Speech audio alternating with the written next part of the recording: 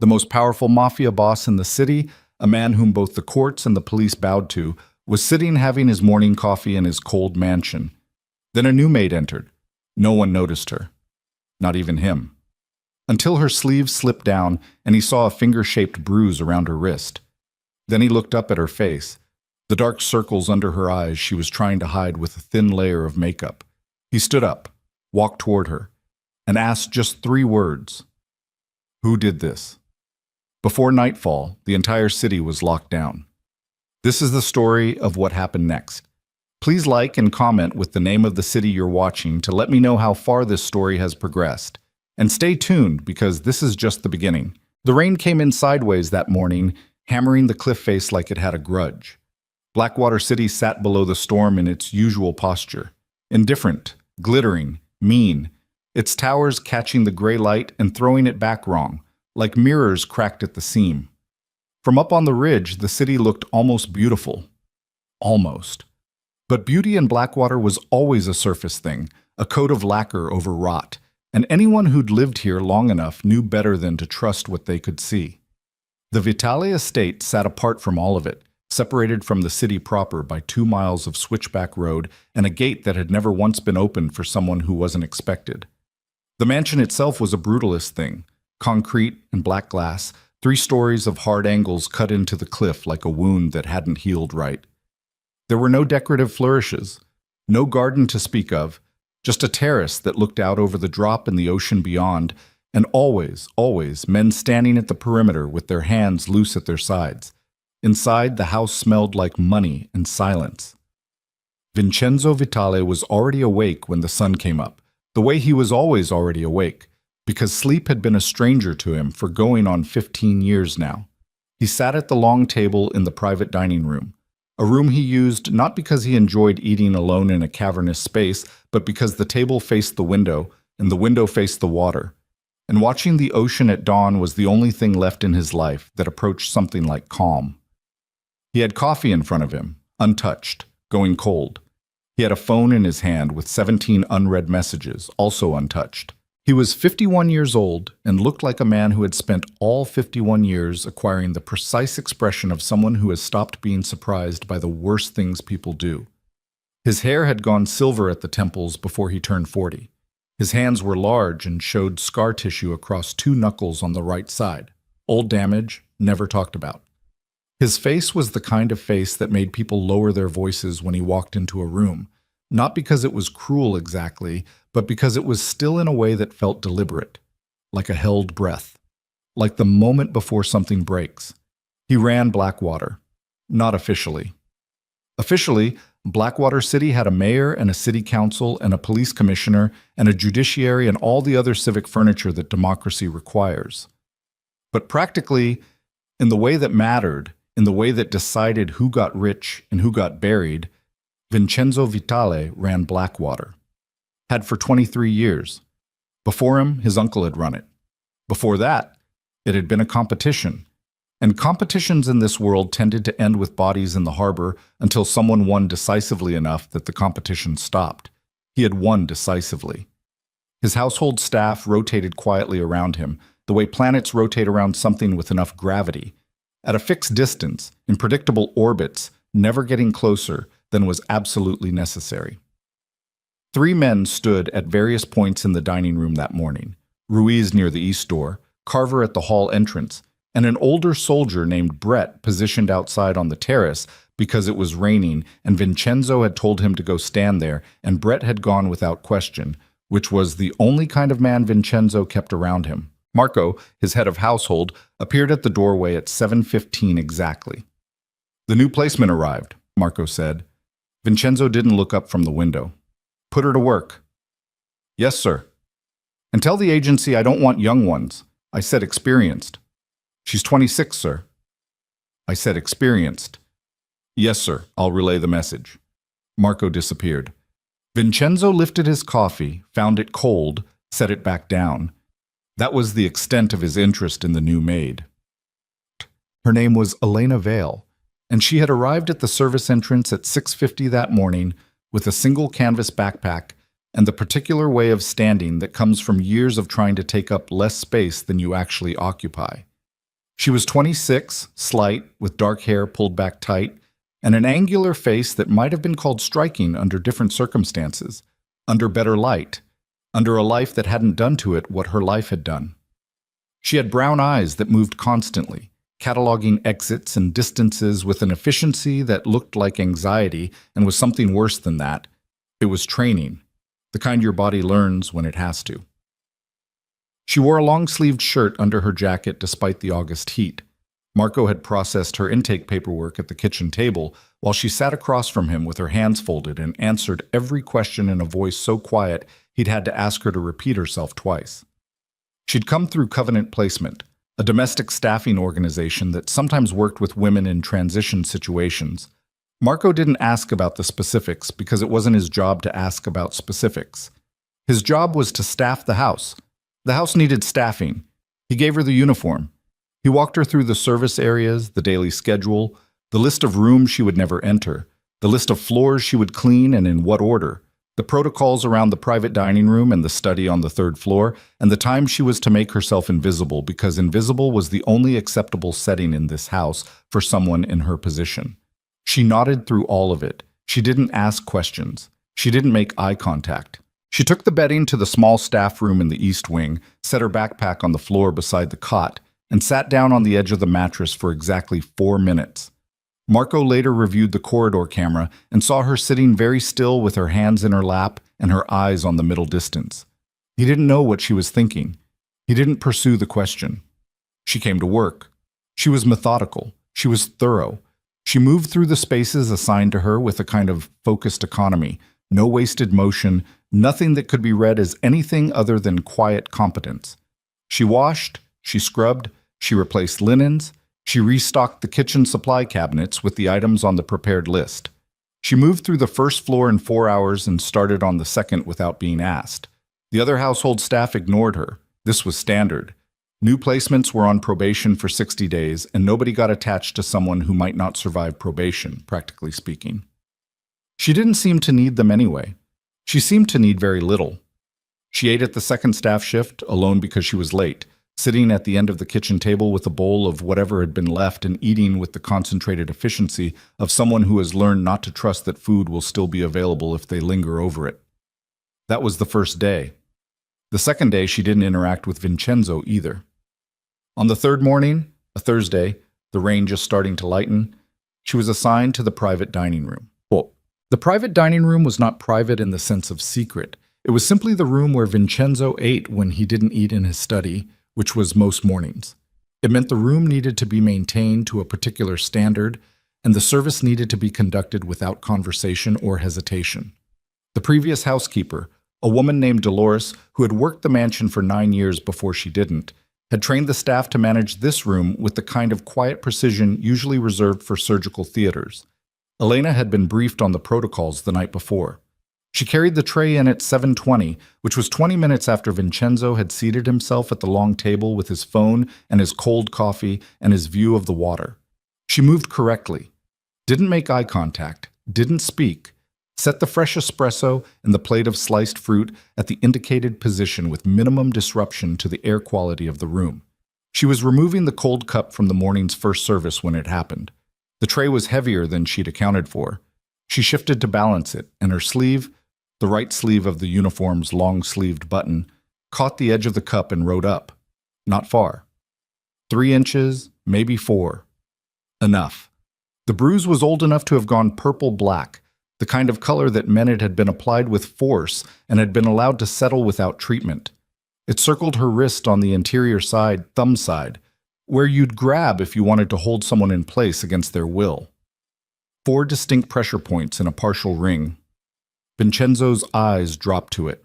He wasn't a man who telegraphed his reactions. This was one of the reasons he was still alive and most of his rivals weren't. He had learned very early to put nothing on his face that could be read and used. So the response wasn't in his expression, it was in his stillness. He had been about to reach for the fresh espresso, and instead he simply stopped, his hand suspended above the table, his eyes on her wrist. Elena noticed the shift in the room before she understood the cause. The bodyguards noticed it too. Ruiz and Carver both went slightly more alert without moving, the way trained men get when the principal's mood changes. More present, quieter. She pulled her sleeve down. Too late. She continued removing the cold cup from its saucer, handling the tray with both hands now, careful, keeping her eyes down. Her chin was angled toward the floor, and the makeup she'd applied that morning was a shade off. A foundation slightly too light for her natural tone, applied heavily enough on the left side of her face to be obvious at close range to someone who was paying attention. Vincenzo was now paying attention. He stood. Not quickly. The way he did everything, with controlled deliberateness, each movement decided in advance. The chair scraped back once, and then he was upright and the room recalibrated around his standing posture. Elena stopped moving. She didn't look at him. She was holding the tray at her midsection with both hands, and her knuckles had gone pale from the grip. He came around the table and crossed the 12 feet between them in slow, measured steps. He didn't stop until he was close enough that she would have had to choose between stepping back or holding her position. She held her position. Barely. He didn't touch her. He looked at the left side of her face. The makeup had done its job from a distance. Up close, the discoloration bled through. The yellowing edge of a bruise in the socket of her left eye that extended down toward the cheekbone, the kind of hematoma that comes from a direct impact rather than a fall. Vincenzo was quiet for a moment that stretched until it became its own kind of pressure. Then he reached out. Not fast, not grabbing, just a slow extension of 2 fingers under her chin, tilting her face toward the light from the window. She flinched before his hand made contact. It was involuntary and immediate. A full-body startle that she caught and suppressed in about a half-second, but the half-second was visible, and that half-second was its own testimony. He didn't remark on it. He completed the motion gently, turning her face so the morning light caught the bruising around her eye. Then he lowered his hand. "Who hurt you?" he said. It wasn't inflected as a question. It landed flat, declarative, like a statement of something already factual that he was simply requesting confirmation of. Elena's jaw worked once before she spoke. When she did, her voice was barely above a breath. "It's nothing, sir. I fell." "You fell," Vincenzo repeated. "Yes, sir." Onto someone's fist. She didn't answer that. He turned back toward the table. He didn't sit. He stood with his hands at his sides and looked at the water outside the window for a moment. When he turned back, his voice was the same. Flat, uninflected, nothing in it that could be mistaken for anger because it was past anger. It was the place anger goes when it calcifies into something colder. "Who hurt you?" Elena's grip on the tray tightened. She could feel the pulse in her own throat. She'd rehearsed versions of this situation in her head. Not specifically this, not this room, not this man, but the question. How to answer it. How to give enough to satisfy and not enough to invite deeper inquiry. But she was standing in Vincenzo Vitale's dining room at 7:20 in the morning, and the calculus of her rehearsed answers dissolved under the specific weight of his attention. "My husband," she said. The room didn't change. It was exactly the same room it had been a second ago. Same gray morning light, same sound of rain on the terrace glass, same 2 guards at the periphery. But something shifted anyway, some atmospheric pressure, like the moment before a storm, when the air becomes something you can feel in your back teeth. Vincenzo looked at her. "Does he know where you work?" She hesitated. That was all. Just the fraction of a second where the answer should have been immediate if it were no. That fraction was all he needed. He turned to Ruiz. "Get me Elias," he said. Ruiz was already reaching for his phone. Vincenzo walked toward the terrace door, stopped with his hand on the glass. Outside, the rain hammered the cliff edge and the city below was visible in the gray morning, its towers already lit, its streets already moving. "Carver?" "Sir?" "Nobody leaves this property until I say." "Yes, sir." He looked at Elena once more. She was still holding the tray, still hadn't moved. "Set that down," he said. "Sit." She set the tray on the table. She didn't sit. He didn't push it. "What's his name?" he said. She told him. Elias Drummond had been Vincenzo's consigliere for 19 years, which made him the longest-serving member of the Inner Circle and also probably the oldest man in Blackwater City, who still walked with the particular wariness of someone who understood exactly what world they lived in. He was 67, with a lawyer's posture and an undertaker's expression, and he arrived at the mansion at 8:15 with coffee in one hand and his phone in the other, already reading. He found Vincenzo in the study on the third floor, standing at the window the way he stood at windows. Not leaning, not sitting on the sill, just standing, like the window was a problem he was solving. "Mason Ryder," Elias said, setting the coffee on the desk and pulling up the file on his phone. 34. Prior service, 2 tours. Medically separated from the military 6 years ago, reason redacted. Post-service, drifted through collections work for 3 or 4 operations in the Eastern District.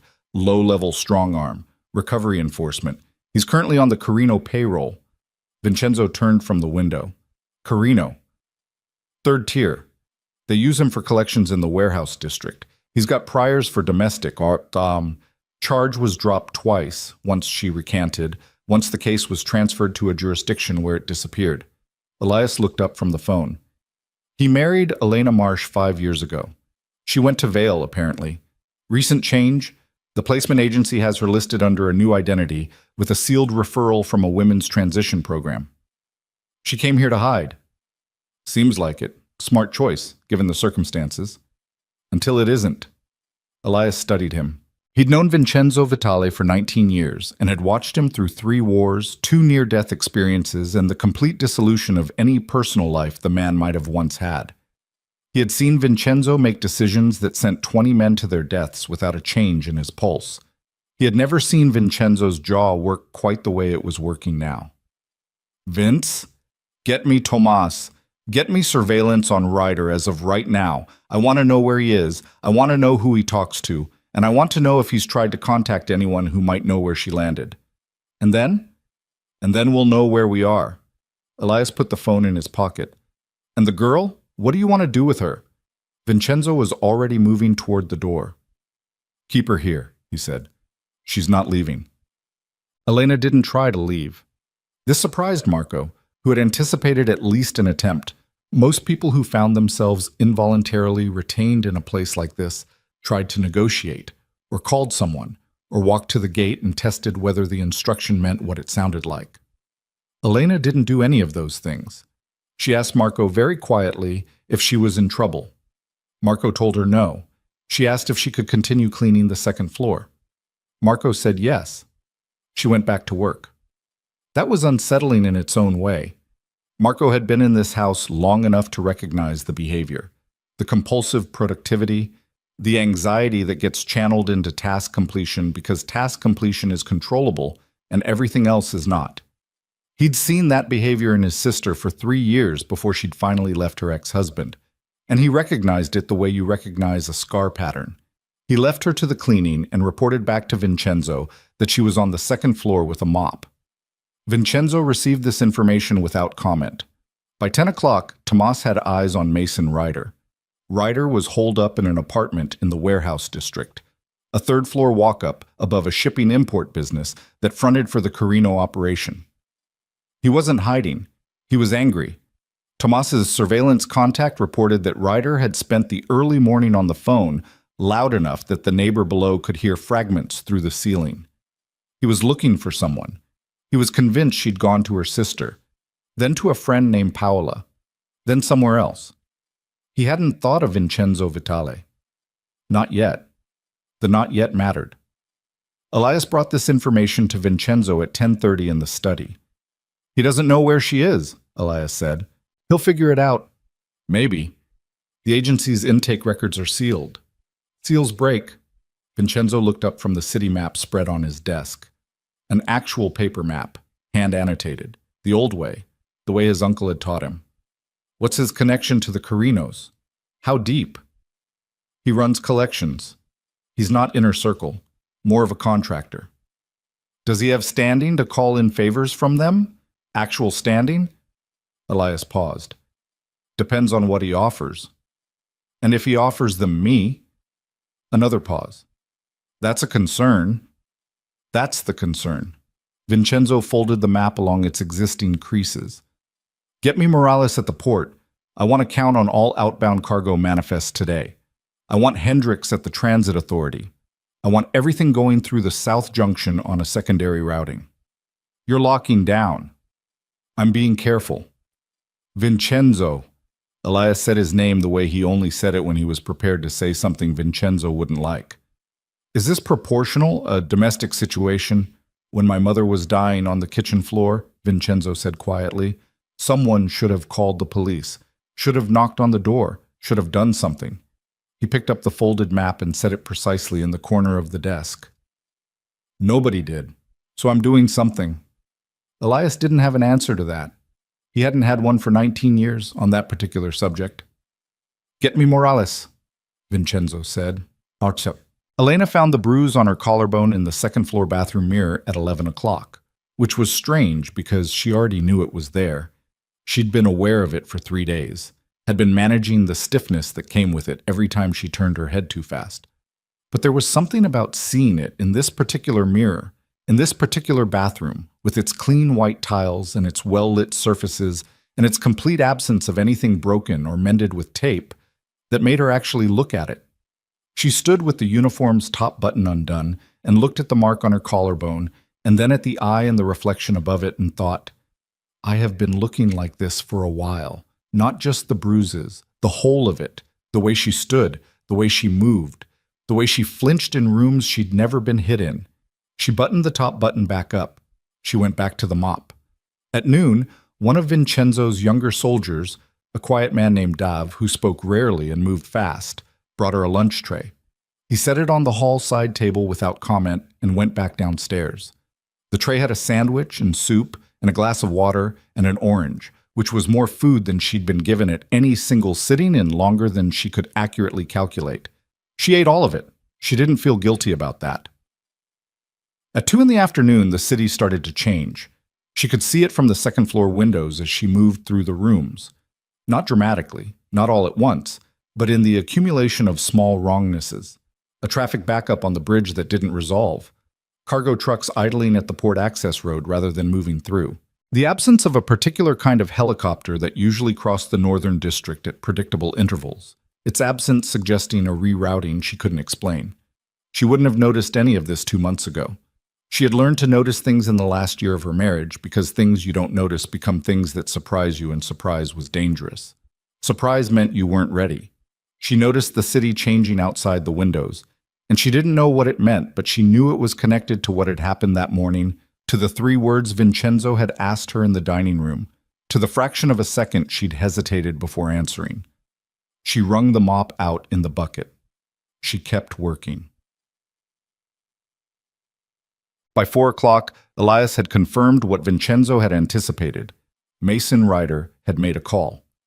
Not to the Carinos directly.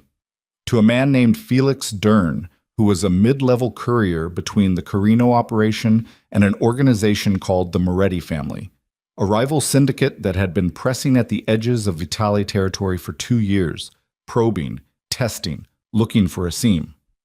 Felix Dern had received Ryder's call at 1:45 p.m. and had spent the subsequent 40 minutes on the phone with someone inside the Moretti hierarchy.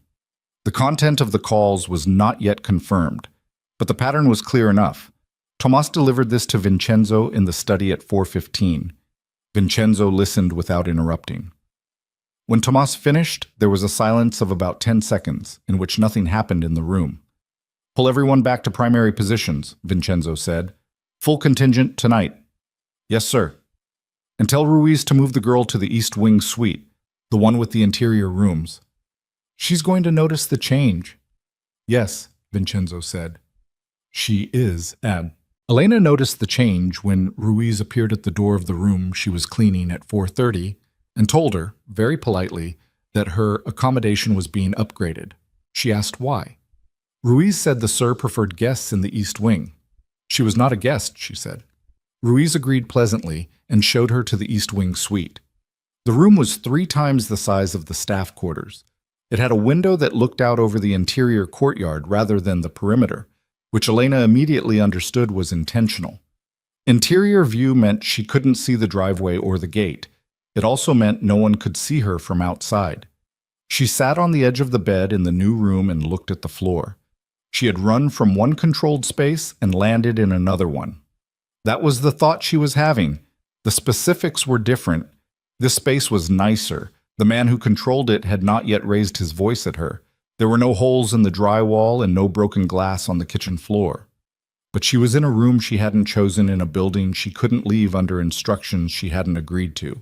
She was aware that her life might be in danger. She was aware that this was connected to her. She was aware that the man downstairs had initiated something significant on her behalf, and that she had not asked him to. She was also aware that she had slept, for the first time in longer than she could count, without waking up at every sound. That was the most frightening thing, that in the house of the most dangerous man in Blackwater City, her body had finally decided it could rest. She didn't know what to do with that. She was still sitting on the edge of the bed, thinking about it, when the lights in the city below went out. Not all of them. Not a blackout. Just a sector. The warehouse district. The Eastern Port Access. A 6-block radius around the area where, though she didn't know this yet, Mason Ryder had just made the phone call that crossed the wrong line. She watched the darkness spread from the window, and somewhere below her, in the study on the 3rd floor, Vincenzo Vitale picked up his phone and made a call of his own. "Tell me where he is right now," he said. The answer came back in under 2 minutes, and Vincenzo's expression, which had not changed significantly all day, changed. He said 4 words into the phone. Then he hung up. He walked to the window and looked at the piece of city that had just gone dark, and the piece that was still lit beyond it, and the harbor beyond that, and somewhere past the harbor, the open water that went on until it hit another continent. He thought about his mother. He thought about a kitchen floor. He thought about being 8 years old and very small and very still under a table while sounds happened in the room around him that he couldn't stop. He had spent 43 years making sure he was never that still again, never that small, never in a room he couldn't control. He pulled his jacket on. "Ruiz," he said to the empty room, because Ruiz was always close enough to hear. The door opened. "Get the cars ready," Vincenzo said. "We're going to have a long night." Outside, the rain had stopped. The city was lit and dark in patches, the way a bruise looks from a distance, purple and gold, the colors of something damaged trying to still look beautiful. The cliffside mansion hummed with preparation, and in the East Wing suite, Elena Vale sat on the edge of a bed that wasn't hers and listened to the sounds of men moving through the corridors below, and felt the particular dread of knowing that something large had been put in motion because of her, and felt underneath that dread, buried under it, something she hadn't felt in 5 years. The fragile, terrifying sensation of someone deciding she was worth the trouble. She pressed her hands flat against her knees and stared at the darkened district below. She didn't know yet what Mason had done. She didn't know yet what was coming, but her body knew. Her body had always known before her mind caught up. She sat very still and waited for the night to show her what it had brought. The warehouse district stayed dark for 11 minutes. Then the lights came back, sector by sector, the way power always returns after a deliberate interruption. Not all at once, not with the sudden fluorescent snap of a tripped breaker being reset, but in careful sequence, block by block, as if someone was deciding which parts of the city deserved to see again. Elena watched it from the East Wing window with her arms crossed over her chest and her breath fogging the glass slightly, because the night had turned cold the way Blackwater nights always did in August. The ocean air coming in off the water and dropping the temperature 15 degrees without warning. She counted the blocks as they lit back up. She didn't know why. She just needed something to count. When the last sector came back on, she turned away from the window and sat on the floor with her back against the wall, because the bed was too soft and too clean, and she wasn't ready for that yet. She'd been doing this for 2 weeks, sleeping on the floor beside whatever bed she'd been given, because the floor was harder and smaller, and her body had decided somewhere along the way that small and hard meant safer, and she hadn't yet figured out how to talk her body out of it. She sat on the floor with her knees drawn up and listened to the house. It was not a quiet house anymore. Vincenzo stood in the operations room on the ground floor, a space that looked like a study from the outside and functioned as something else entirely, with 3 monitors along one wall and a second-hand conference table scarred with years of use, and a whiteboard that had names and lines on it that were never fully erased, just layered over with new names and new lines. Elias was at the table. Tomas was at the monitors. 3 other men stood at the periphery. Not soldiers exactly, more like analysts, men whose violence was informational rather than physical, though the line between those categories had always been thin in Vincenzo's world. The name Mason Ryder was on the whiteboard. Beneath it, connected by a line, Felix Dern. Beneath that, connected by another line, a name that changed the temperature of the room. Moretti. "Tell me what Felix told them," Vincenzo said. Tomas didn't turn from the monitors. "Best reconstruction. Ryder told Felix that Elena is here. He didn't know for certain. He told Felix he suspected it based on the placement agency's intake. Felix passed it up the chain as probable. So they don't have confirmation." "Not yet. But they're operating as if they do." Tomas hesitated. The Moretti response time suggests they took it seriously. They activated 3 cells in the Eastern District within 90 minutes of Felix's call. Elias set his pen on the table. 3 cells for one woman. "She's not the target," Vincenzo said. "She's the reason. There's a difference." He moved to the whiteboard and looked at the Moretti name without touching it. "They've been waiting for a pressure point. This is a pressure point." "You could release her," one of the analysts said.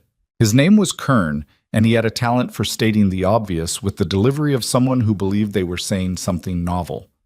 "Return her to the placement agency. Make it clear she was never here. If Ryder can't confirm—" "No," Vincenzo said. Kern paused. "Sir, strategically." "I said no." His voice didn't rise. It never rose. But it flattened in a way that had the same effect as a shout. It cleared the room of objection. Kern went quiet. The analyst beside him found something to look at on the floor. Elias watched Vincenzo's profile. "Then we're holding position," Elias said. "We're doing more than that." Vincenzo turned from the board. "Get me Salas at the 2nd Precinct, tonight, and I want our man at the Transit Authority to reroute every vehicle manifest coming through the Southern Junction. Everything, cargo, civilian, commercial. That's going to attract attention." "Good. Let it attract attention. Let everyone in Blackwater spend tomorrow morning asking why the Southern Junction is backed up to the highway. Let them be looking there." He pulled his jacket straight. "While we move on the Eastern District." Tomas finally turned from the monitors. "Move how?" Vincenzo looked at him for a moment. "Find me where Ryder actually is," he said. "Not where he was at 4 o'clock. Where he is right now, tonight." Elena heard the cars leave at 9:15. She heard them because she was still on the floor beside the window, and the window faced the interior courtyard, but sound carried differently at night, and the specific acoustic quality of multiple heavy vehicles accelerating down the switchback road was something her body cataloged before her brain did. Her pulse went up. Her hands pressed flat against the floor. She told herself it had nothing to do with her. She almost believed it. At 9:40, the door of the East Wing suite opened without a knock. She was on her feet before she was fully awake from the half-sleep she'd drifted into, standing with her back to the wall and her hands up in a posture that was embarrassingly transparent to anyone who knew what it meant, which was she'd been startled into a defensive position that her body had developed from necessity. The woman in the doorway was not someone she'd seen before. 50s, heavy-set, with close-cropped gray hair, and the expression of someone who had decided long ago that most things weren't worth getting excited about. She was carrying a tray. "You haven't eaten since noon," the woman said. Elena lowered her hands. "How do you know that?" "Because I run the kitchen and nothing's gone missing." She crossed the room and set the tray on the low table beside the window. Soup, bread, a cup of something hot. "Sit down." "I'm fine standing." "I didn't ask how you were." She straightened and looked at Elena with the directness of someone who'd earned the right to it. "My name is Petra. I've been cooking in this house for 12 years. In that time, I've seen about 40 things I wish I hadn't, and I've learned to keep my opinions to myself on most of them." She looked at the bruise around Elena's eye, which had not been covered since the morning's makeup had worn off and Elena had not reapplied it. "Most of them," she repeated. Elena said nothing. "Sit down," Petra said again. "The soup goes cold fast." Elena sat down. Petra did not leave. She settled herself on the corner of the low bench at the foot of the bed with the ease of someone who had no intention of being rushed, and she watched Elena eat with an attention that was not unkind but was also not soft. It was the attention of someone taking stock. "You're not the first woman who's come through this house scared," Petra said. Elena looked up from the soup. "You're the first one he's turned the city upside down for." Petra's expression didn't change. "I want you to understand what that means, not romantically, practically. When Vincenzo Vitale moves resources like this, there are consequences that run in both directions. Things get safer for you, and they get more dangerous, both at once." "I didn't ask him to do anything," Elena said. "I know that. I know what you wanted. You wanted to disappear somewhere safe and wait it out and eventually figure out the next step." Petra folded her hands in her lap. "I've seen that plan before. I've seen what happens when it works and when it doesn't." She paused. "Tonight, you're in the safest building in Blackwater City. That is not a small thing. Don't waste it feeling guilty about resources you didn't ask for."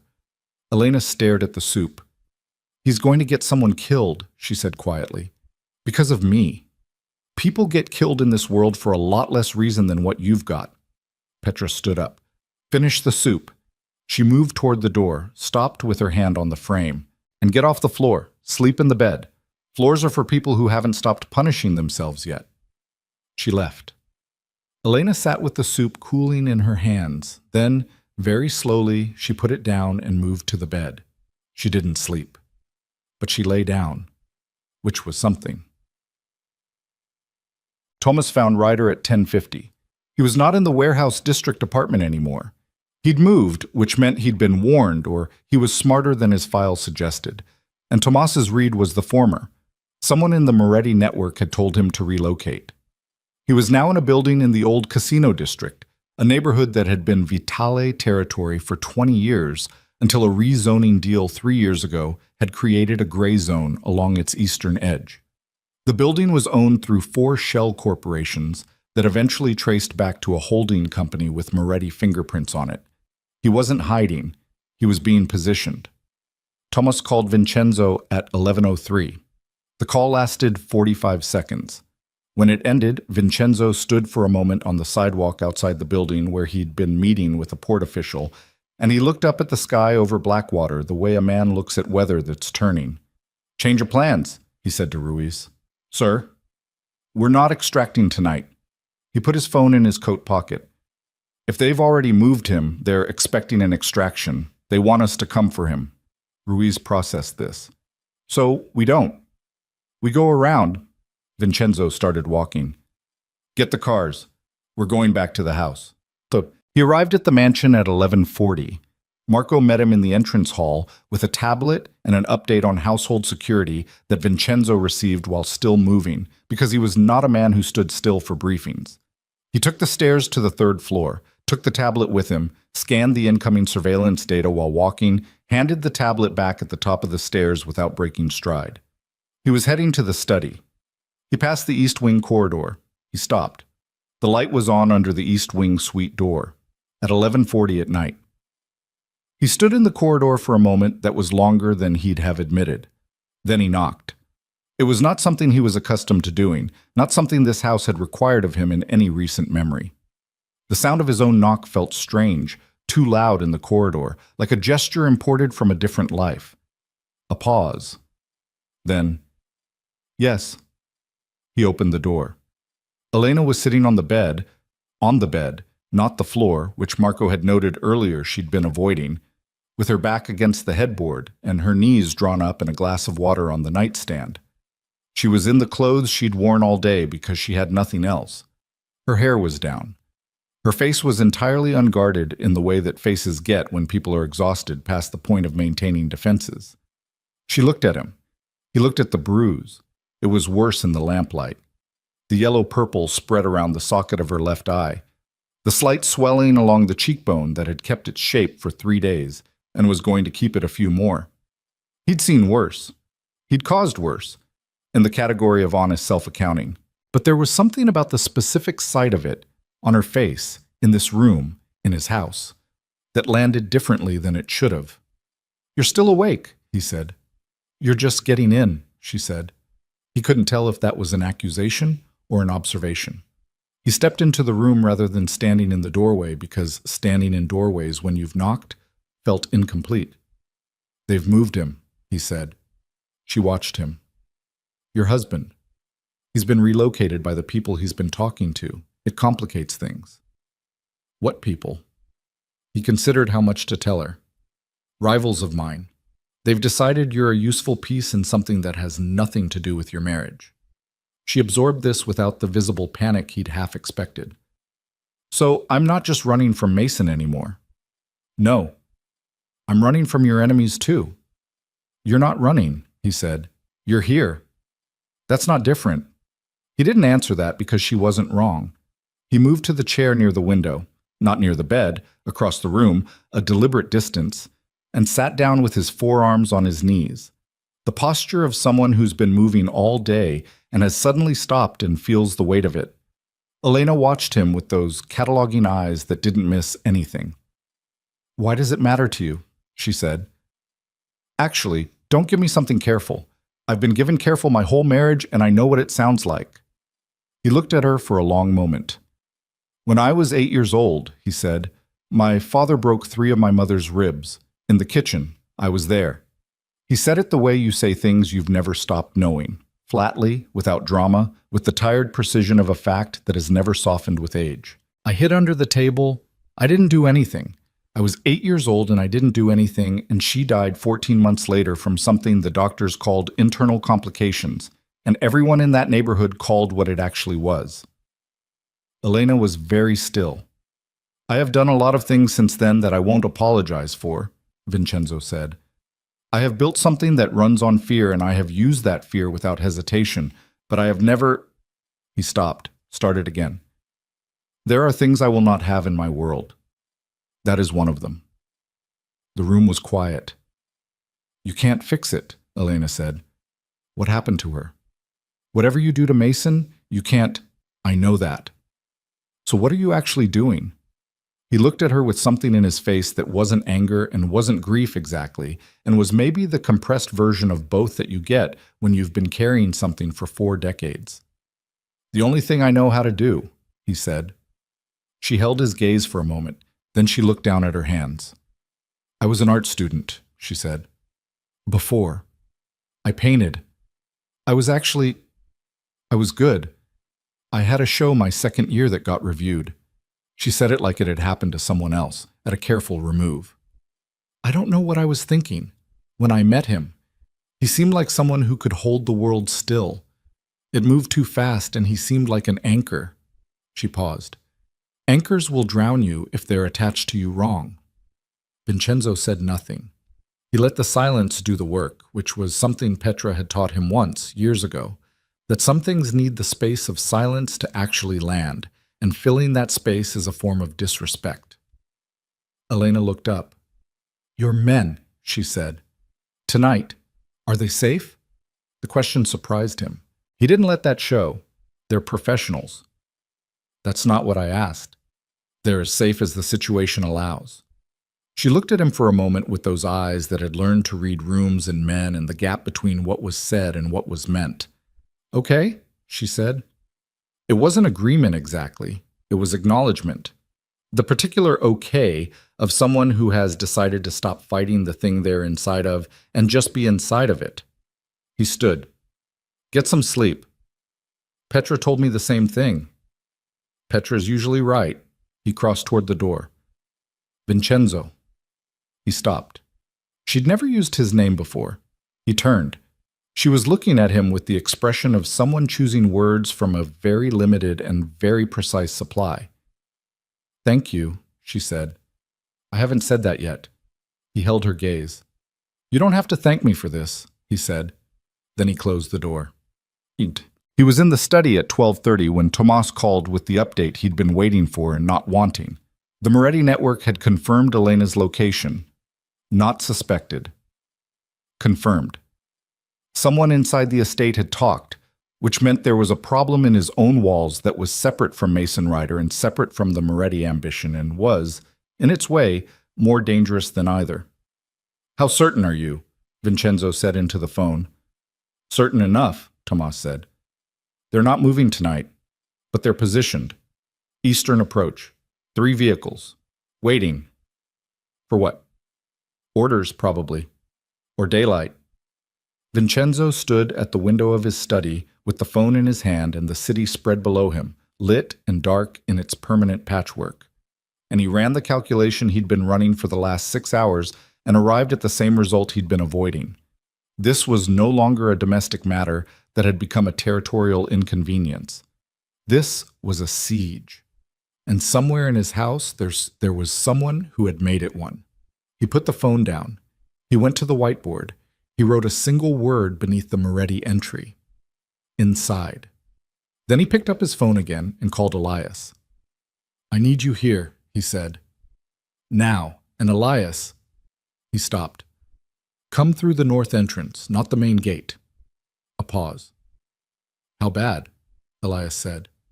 Vincenzo looked at the word on the whiteboard. Bad enough, he said. Come. Elias arrived through the north entrance at 1:17 in the morning.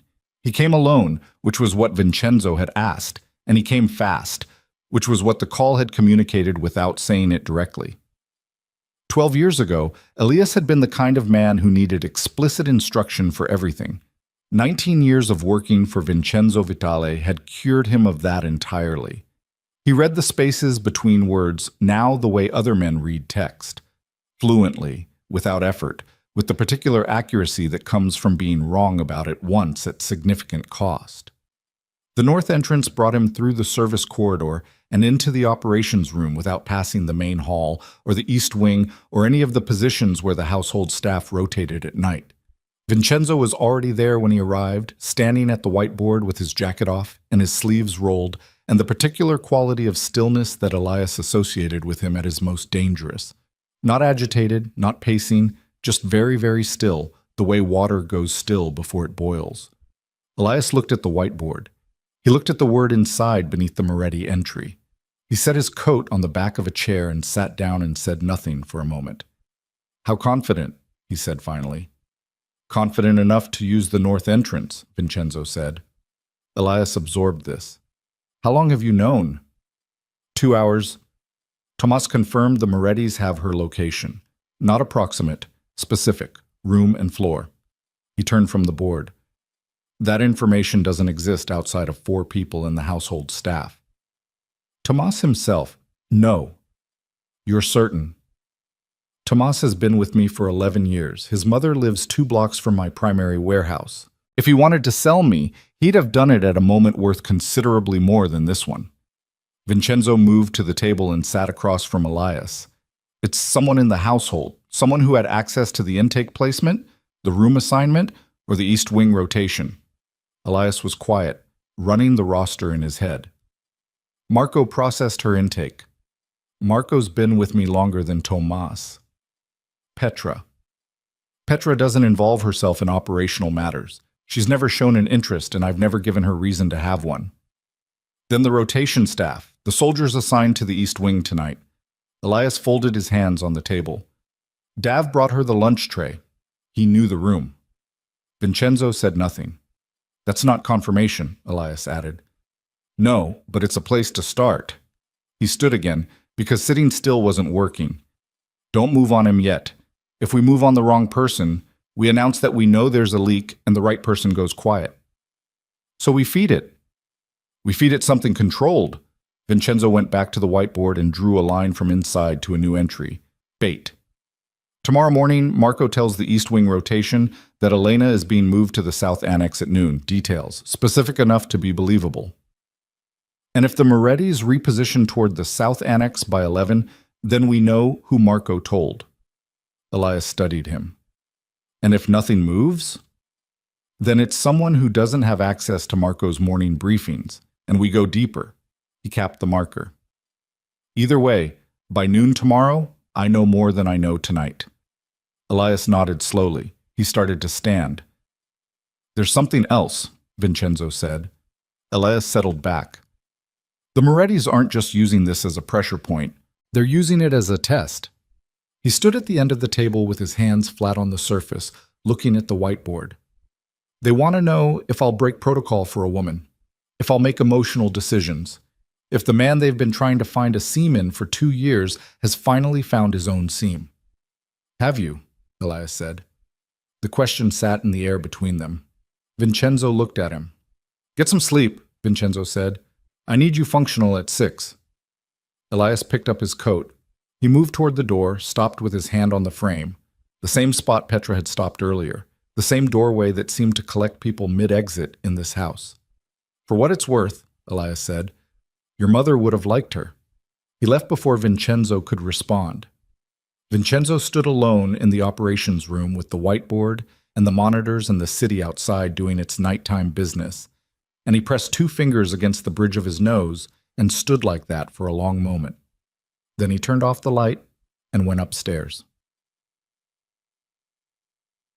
He checked the East Wing corridor at 2 in the morning, the way he checked all the corridors at 2 in the morning, without announcing it, without a pattern, walking the perimeter of his own house in the dark, the way his uncle had taught him to do when he was 17 and first learning what it meant to be responsible for a space. His uncle had called it reading the house, feeling where it was tight and where it was loose, where the air moved wrong. The East Wing corridor was quiet. The light was off under Elena's door now. He stood in the corridor for a moment outside her door and listened to the specific quality of silence that comes from a room where someone is sleeping rather than lying awake, and felt something uncomplicate briefly in his chest before he told it to stop and walked back down the hall. He did not sleep. He sat in the study until dawn with a glass of water and the city below him, and the word inside on the whiteboard in the room below, and the calculation running and running in the back of his mind, the one that kept arriving at the same uncomfortable conclusion. He had made himself vulnerable, not strategically, not operationally. In the oldest, most irreducible way, he had let something matter to him that he could not fully control, and everything that followed from that was the tax on that decision. He'd known it when he'd stood in the dining room and lifted her chin toward the light. He'd known it, and he'd done it anyway. The sun came up over the ocean at 6:12 and painted the water red and gold before it turned blue, and Vincenzo watched it the way he always watched it, with the particular attention of someone who needs the reminder that something continues regardless. At 6:45, Marco delivered the morning briefing in the study as usual, and Vincenzo listened and asked 3 questions and sent him out with specific instructions about the South Annex story, the move at noon, the reason being a security upgrade, the new room number, the detail about a separate entrance to be used, specific, plausible, the kind of thing that sounds like operational information rather than constructed bait. Marco delivered it to the East Wing rotation at 7. Vincenzo watched the monitors. At 7:22, Tomas called. Movement on the south perimeter, Tomas said. 2 vehicles repositioned, Moretti plates, civilian cover. Vincenzo looked at the clock. 22 minutes. Which of Marco's briefing recipients had phone access in that window, he said. Tomas had anticipated the question. 3 of them stepped out of the service corridor in that 22-minute window. Ruiz, for a personal call he made to his sister. I verified the number. Carver went to the East Wing bathroom, and Dav went to retrieve a cleaning cart from the supply room on the ground floor. Is there a phone in the supply room? Silence for exactly 2 seconds. There's a landline, Tomas said, for supply requisitions. Pull the outgoing log. 30 seconds. Then, 1 outgoing call, 7:14 this morning, duration 40 seconds, to a number registered to a logistics company in the Eastern District. Vincenzo closed his eyes, opened them. Bring him to me, he said, quietly. Don't let him know you know. Yes, sir. He set the phone down on the desk. Dav. Quiet, fast-moving Dav, who had brought Elena her lunch tray without being asked, who had known the room because he'd been the one to carry the tray to it, who had been in this house for 3 years and had never given Vincenzo a single moment's visible cause for doubt. Vincenzo picked up the glass of water from the desk, set it back down, didn't drink from it. He was thinking about the lunch tray, the specific detail of it, the sandwich and the soup and the orange, the fact that Dav had added the orange without being instructed to, the small, humanizing gesture of it. He was thinking about whether that had been genuine or whether it had been performance, and what it meant about his own ability to read people that he couldn't immediately answer the question. It meant he was tired. It meant the seam was showing. Tomas brought Dav into the operations room at 8:05. Dav was 28, with the compact build of someone who had played sports in his teens and kept the muscle memory without the sport.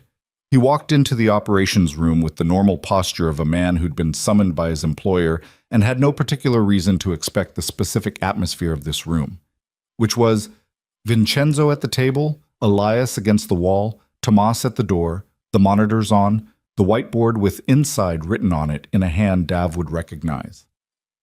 He saw the whiteboard. His face didn't change. That was the tell. Most men, when they see something that should alarm them and doesn't know they should hide the alarm, they show a beat of confusion first. What is that?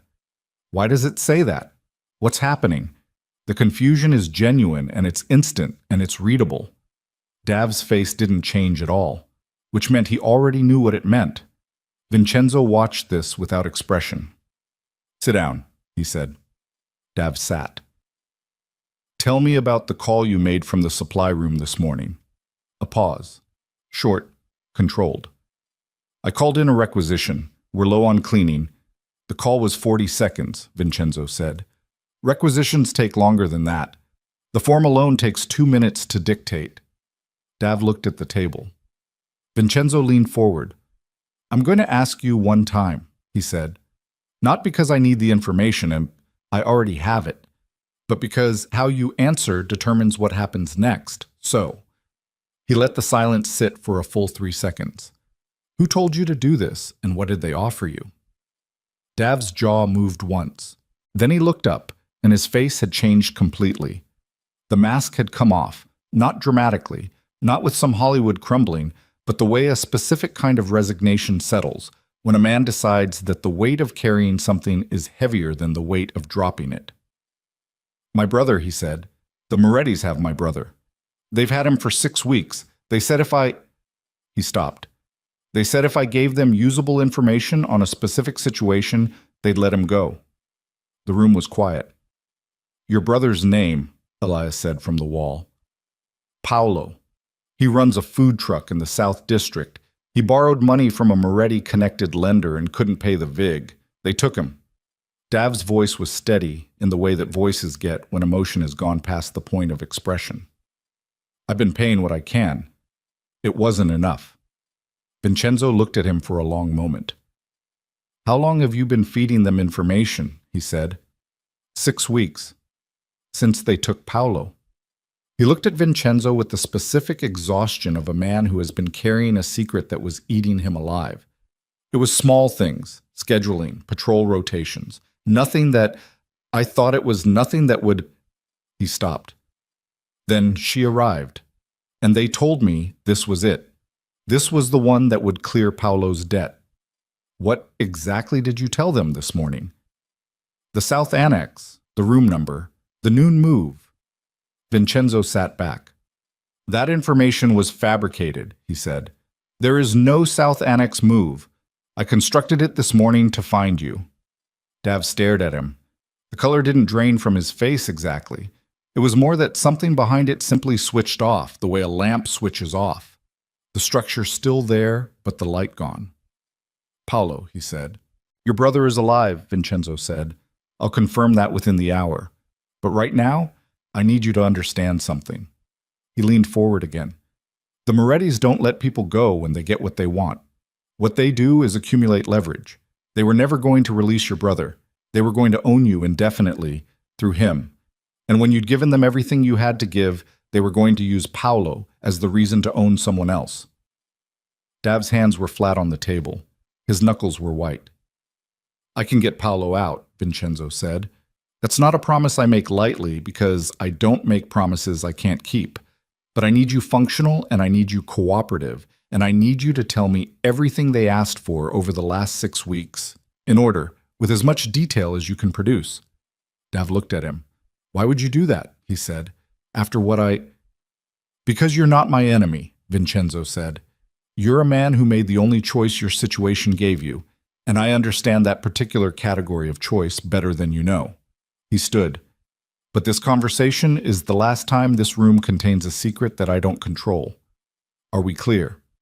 Dav nodded. He was crying, Vincenzo noticed. Not dramatically, just the eyes going wet and the jaw holding tight against it. The specific cry of a man who refuses to let it fully arrive. Tomas, Vincenzo said. Sir. Sit with him. Get everything. Start from the first contact. He picked up his jacket from the chair back. And get me a location on Paolo Rain within the hour. He walked out of the operations room and into the hall and stood for a moment with his back against the wall and his eyes on the ceiling. 6 weeks. The Morettis had been inside his house for 6 weeks, threading information out through a man who was trying to save his brother, which was the most human of motivations and also the most exploitable.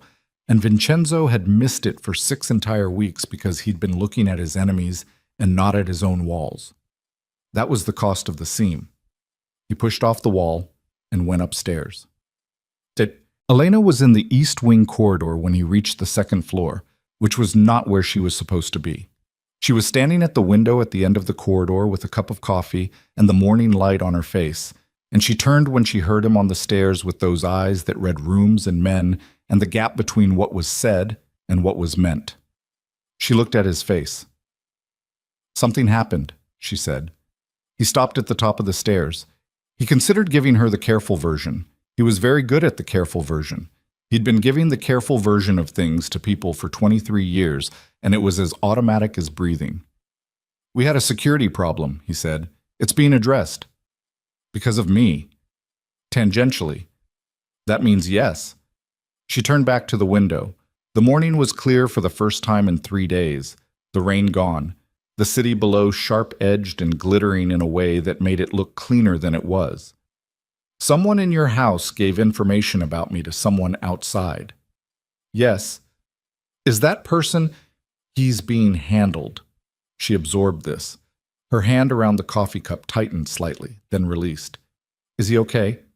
The question surprised him again, the same way the question about his men had surprised him the night before.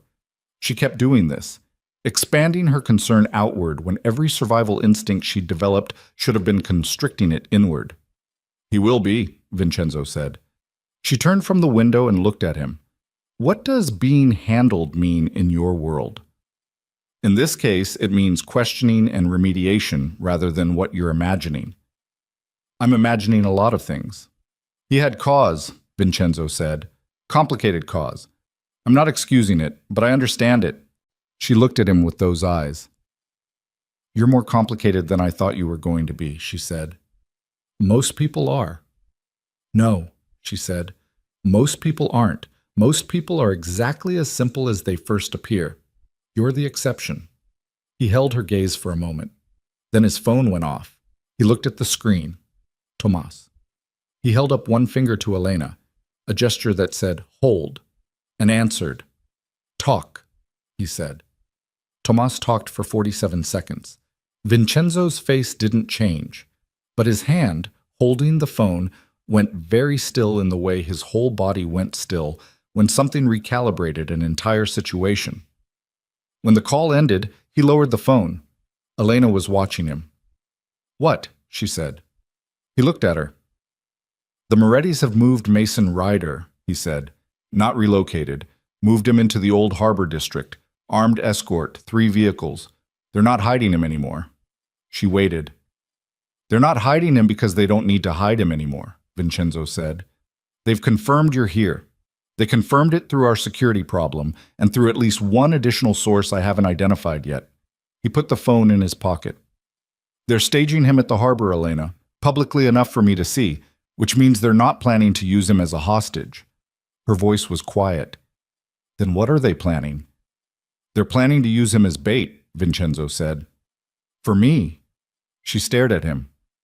They want you to come for him, she said slowly. They want you to come to the harbor, where they will be waiting with considerably more than 3 vehicles.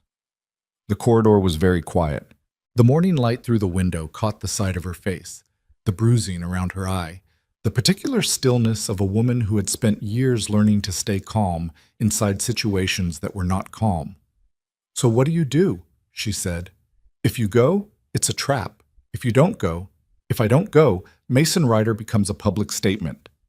They put him somewhere visible with a message attached, and the message is that Vincenzo Vitale failed to act when he had cause to, which in my world means the balance of power shifts. He looked at her directly. And you are still in this house when the balance shifts. She set the coffee cup on the window ledge. Her hands were steady, which he noted because it meant something about who she was under pressure. You're telling me this, she said, because you need me to understand what's about to happen. I'm telling you this, he said, because you have the right to understand it. She looked at him for a long moment. Then she looked out the window at the sharp, clear morning and the city below it, and the harbor district invisible from here, but present, always present, the way all of Blackwater's damage was present even when you couldn't see it directly. I want to go with you, she said. No. He's my... No. Flat. Complete. You are the one thing in this situation that does not move.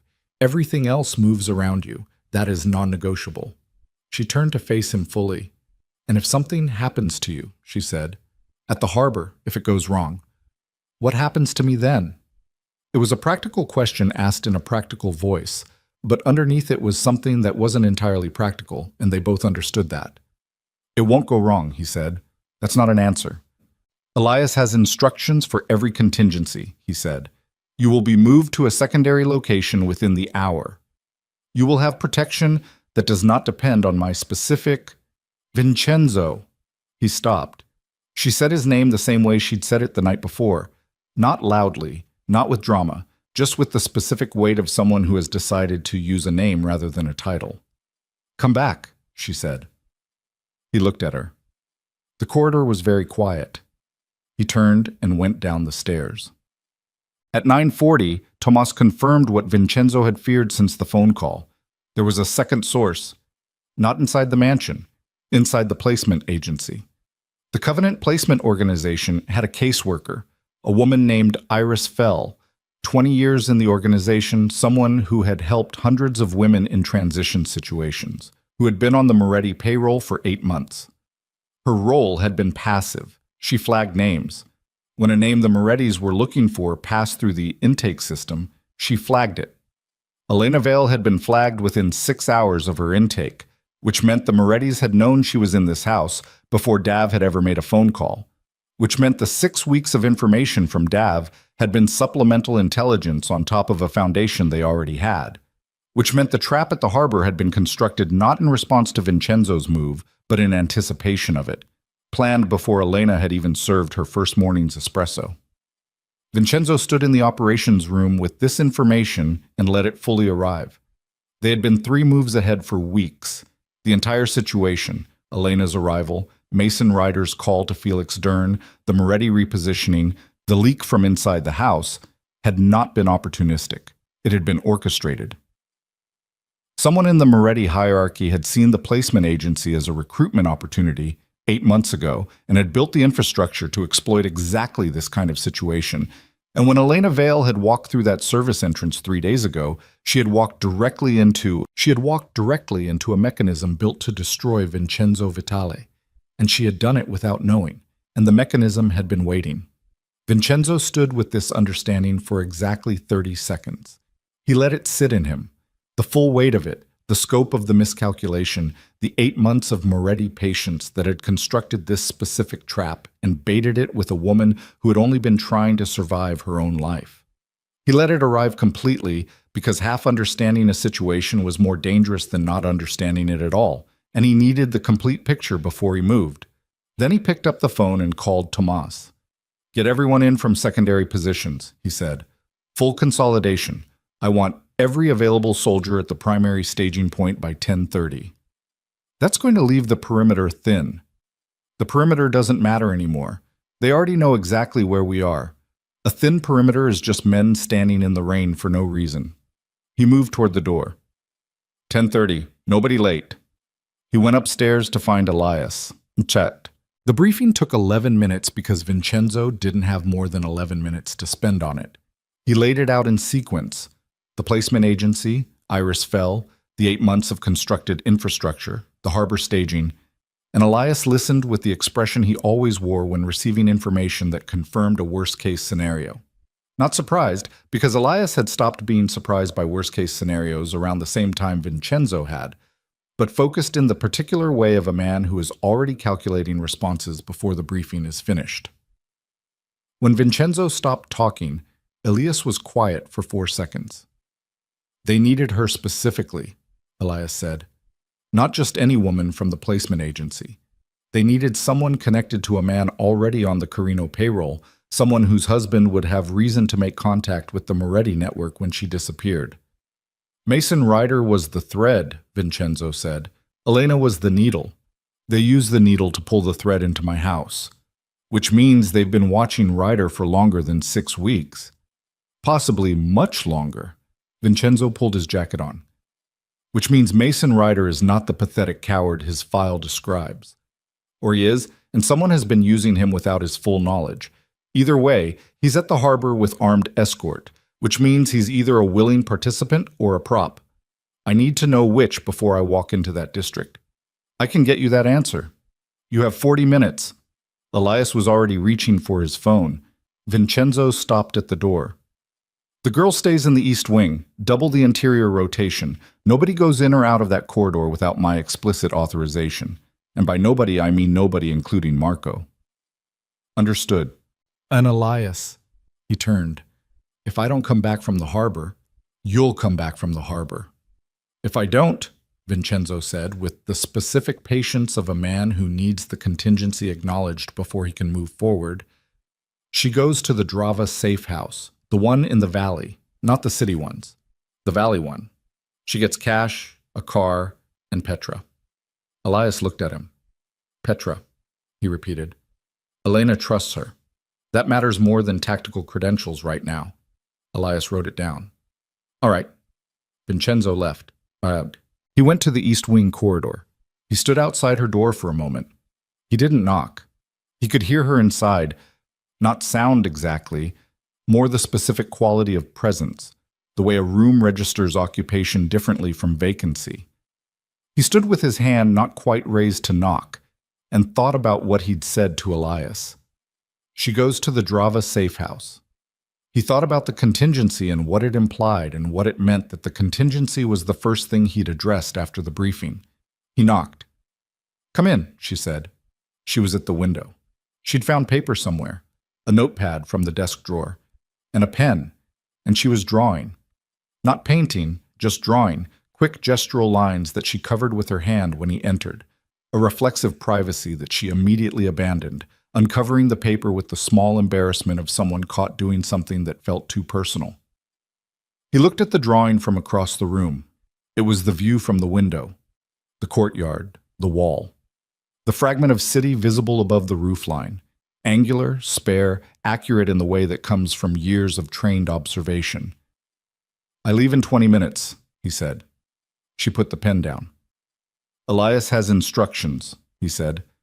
You'll be moved to a secondary location as a precaution. Petra goes with you. Petra's not a soldier. No. But she's been in this world for 12 years and she's never once made a decision that got someone hurt. That's a more reliable record than most of my soldiers. Elena stood up from the chair. She crossed the room toward him, not fast, with the deliberateness of someone making a choice with each step, and stopped close enough that he could see the bruising around her eye in full detail, the yellow edge of it, the depth of the discoloration in the socket. Tell me the truth about what you're walking into, she said. A trap. How bad? Bad enough that I'm telling you about the secondary location. She held his gaze. Her eyes were doing the thing they did. Reading him, reading the gap between what was said and what was underneath it. And you're going anyway. I'm going anyway. Because if you don't, the power shifts. Because if I don't, you're not safe regardless of where they move you. The only version of tonight where you're actually safe is the version where I walk into the harbor and walk back out. She looked at him for a long moment. Her jaw was tight. Her hands were at her sides. Then she reached up and touched the side of his face. One hand, palm against his jaw, the way you'd touch someone you were trying to memorize. It lasted maybe 3 seconds. Then she dropped her hand. Come back, she said. Same words as before, same weight. He turned and walked out of the east wing. The convoy left the mansion at 10:47. 4 vehicles. 12 men, not counting Vincenzo and Ruiz in the lead car, and Tomas running communications from a secondary position 3 blocks from the harbor perimeter. The route had been chosen to avoid the southern junction and the 3 Moretti surveillance points that Tomas had mapped over the previous hour. They went north first, then cut east through the industrial district, then south along the port access road that ran parallel to the harbor without entering it directly. Elias had come through on the Ryder question at 10:35. Mason Ryder was a prop, not a willing participant, a terrified man who'd understood too late that the people he'd sold information to were not going to protect him the way they'd promised. The Moretti contact who'd received his original call had told him he'd be given safe passage out of Blackwater in exchange for confirmed intelligence on Elena's location. What he'd been given instead was a car ride to the harbor district and a position in a building on the waterfront that had 3 armed Moretti soldiers on the floor below him and no exits he could reach without going through them. He was bait. He was terrified. And he had no idea that the cage had closed until the door was already locked. Vincenzo received this information in the car and processed it without changing his expression. "He knows he's trapped," he said to Ruiz. "Tomas's source says he's been asking for a phone since last night. They won't give him one." "Scared men make noise," Vincenzo said. "Noise is useful." "How?" "Because noise draws attention in a direction they're not watching." He looked out the window at the industrial district moving past, the pre-dawn dark of the streets, the orange sodium light on the wet road. "Get me Tomas." Ruiz handed him the phone. "I need Mason Ryder's position exactly," Vincenzo said. "Floor and window." Tomas gave it to him. "3rd floor, southeast corner, harbor-facing window." "Can your source get him a phone?" A pause. "It's risky." "Can it be done?" "Probably." "Do it." "I need him to make noise at 11:15 exactly. Whatever it takes. Yelling, breaking something, anything that puts Moretti attention on his floor and his window at that specific time. And you'll be on the northwest approach at 11:15, Vincenzo said, while they're looking southeast. He handed the phone back. Ruiz drove. The harbor district came up on them gradually, the way the worst parts of cities always do. Not a line you cross, but a quality that accumulates. The buildings getting lower and older and less maintained, the streets wider and emptier, the light thinner. The smell of the water arrived before the water was visible. Salt and diesel and something organic that the harbor always exhaled at night. The specific decay of a working waterfront. Vincenzo felt his pulse settle. Not slow down. Settle. There was a difference. It was the shift that happened in him when the waiting ended and the action began, when the thing he'd been calculating became the thing he was inside of. Some men spiked with adrenaline when this happened. Vincenzo had learned, starting at around age 20, to go the other way. Quieter, colder, more present in the physical details. The temperature, the weight of the gun at his hip, the way the car seat felt under him, the sound of Ruiz breathing in the driver's seat. "Northwest approach," Vincenzo said. Ruiz cut the headlights and turned. Walsh. The building was a converted warehouse, 4 stories, built in the era when the harbor district had processed legitimate cargo and then left standing through 40 years of declining use until it had become the kind of structure that exists in every port city. Too expensive to demolish, too decrepit to develop, perfectly suited for the kind of occupancy that didn't file permits. Tomas had given him the floor count on Moretti soldiers, 14 confirmed, possibly more inside. 6 on the ground floor in external positions, 4 on the second floor covering the main approaches, 3 on the third floor with Ryder, unknown count on the fourth, 12 of Vincenzo's men against 14 or more in a building the Morettis had chosen and prepared. Not good numbers. He'd worked with worse. At 11:13, the convoy stopped 2 blocks out. The men disembarked quietly. No doors slamming, no voices. The specific silence of people who have done this before and understand what noise costs. Vincenzo moved to the front with Ruiz on his left and a soldier named Beck on his right. Beck being the closest thing he had to a demolition specialist, which tonight meant someone who could handle a door without burning 3 minutes on it. At 11:14, Vincenzo's phone buzzed once. Tomas.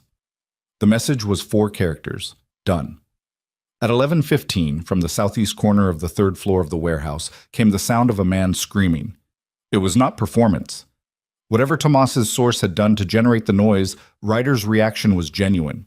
A full-throated burst of panic and rage that carried across the harbor water and bounced off the surrounding buildings with the acoustics of genuine terror. Vincenzo heard scrambling from inside the warehouse, the specific sound of multiple people moving toward a point of disturbance. He moved. Beck had the northwest door open in 11 seconds. Vincenzo went through first, which was not the way his men preferred it and was non-negotiable. He went through first because the cost of hesitation at a threshold was always higher than the cost of exposure, and because 23 years had taught him that leaders who sent men into rooms they hadn't entered themselves eventually ran out of men.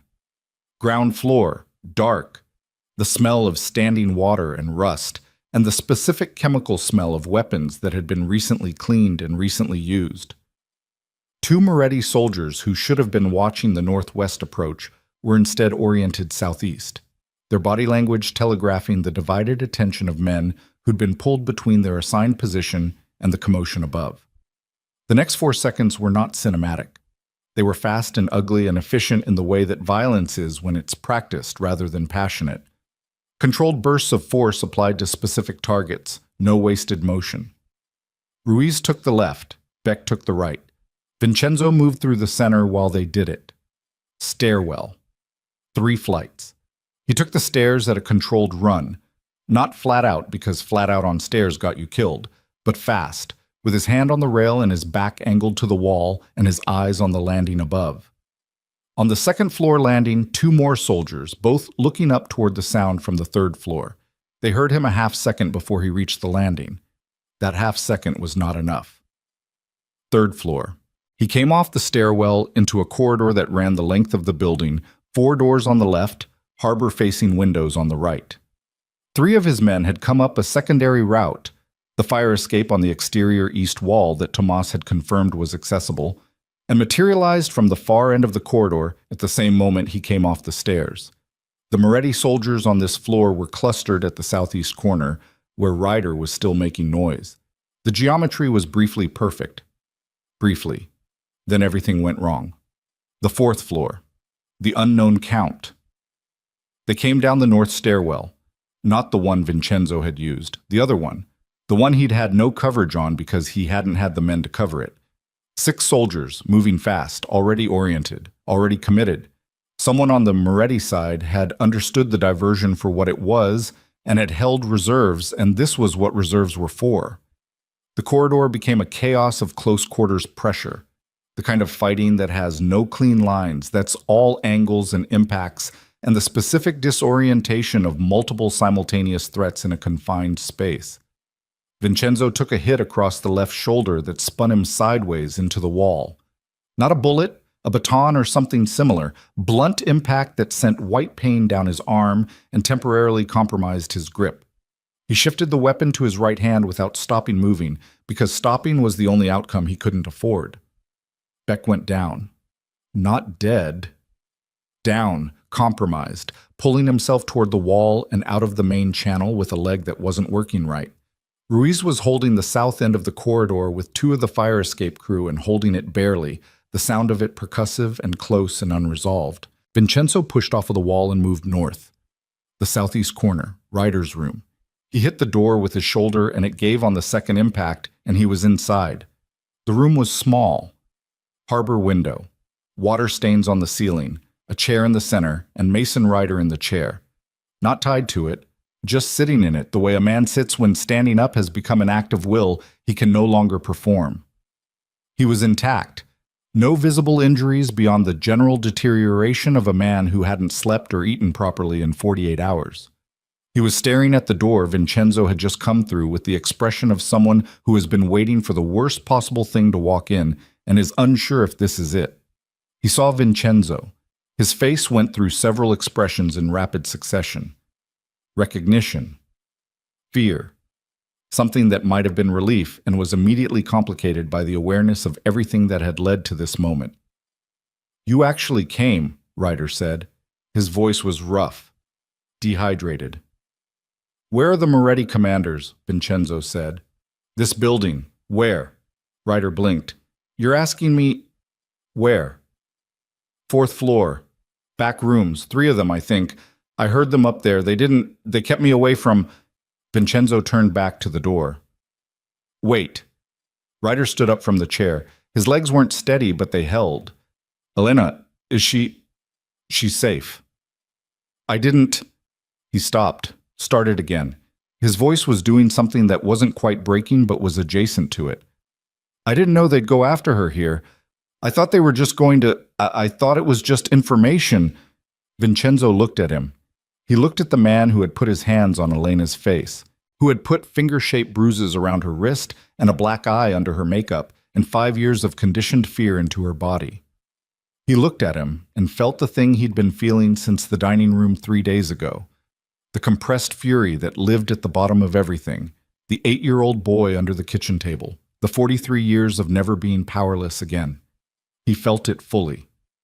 Then he said, "Stay in this room until someone comes for you." And he walked back into the corridor. Because Mason Ryder in a warehouse room was not the same as Mason Ryder dead. He had understood this on the drive over. Killing Ryder here, in this building, tonight, it would be emotionally satisfying in a way that almost nothing in his life had been since he was 8 years old, and it would be tactically catastrophic. It would give the Morettis a murder to hang on him in a district full of their witnesses. And it would solve nothing for Elena, because what Elena needed was not a dead husband but a closed chapter, and those were not always the same thing. He went back into the corridor. The fighting had shifted. His men had consolidated the south end. The Moretti soldiers from the 4th floor had taken positions in the 2 middle doorways, using the doors as cover in the way that people use doors when they have no better option, which meant they were holding but not advancing. Vincenzo assessed the corridor in about a second and a half. He needed the 4th floor. He needed the commanders. He moved to Ruiz. "How many do we have functional?" Ruiz had a cut along his jawline that was bleeding freely down his neck, apparently unimportant to him. 7. Beck's down. 2 others are— 7 is enough. North stairwell, full push right now. "They'll be waiting at the top." "Yes," Vincenzo said, "so we don't give them time to get organized." He went to the north stairwell. His shoulder was sending pain in steady waves down his left arm and up into his neck, and he was aware of it, the way you're aware of weather. It was a condition of the environment, not a variable he could change. So he moved inside it and didn't negotiate with it. His right hand was steady. His breathing was where he needed it. He started up the stairs. The 4th floor landing opened into a larger space than the floors below. The original warehouse floor at full width, poorly lit, with structural columns every 15 feet creating a broken sightline that was simultaneously useful and dangerous. He came off the stairwell low and moved left to the first column and stopped there, back against the concrete, and counted what he could hear. Movement. 3 positions, maybe 4. The commander's Ryder had mentioned and whatever remained of the reserve soldiers. From somewhere in the building's outer structure came the sound of additional vehicles arriving. The unmistakable bass of heavy engines, multiple, coming from the harbor side. Tomas's voice in the earpiece, quiet and controlled. "Vincenzo, we have a problem." "How big?" "The Moretti backup just arrived at the harbor access. 2 vans, estimate 8 additional." Vincenzo pressed his back against the column. 8 additional. His 7 functional men against the 4th floor positions, and 8 more coming up from below. He ran the numbers. The numbers were not good. He looked across the warehouse floor toward where the Moretti commanders were positioned in the back rooms.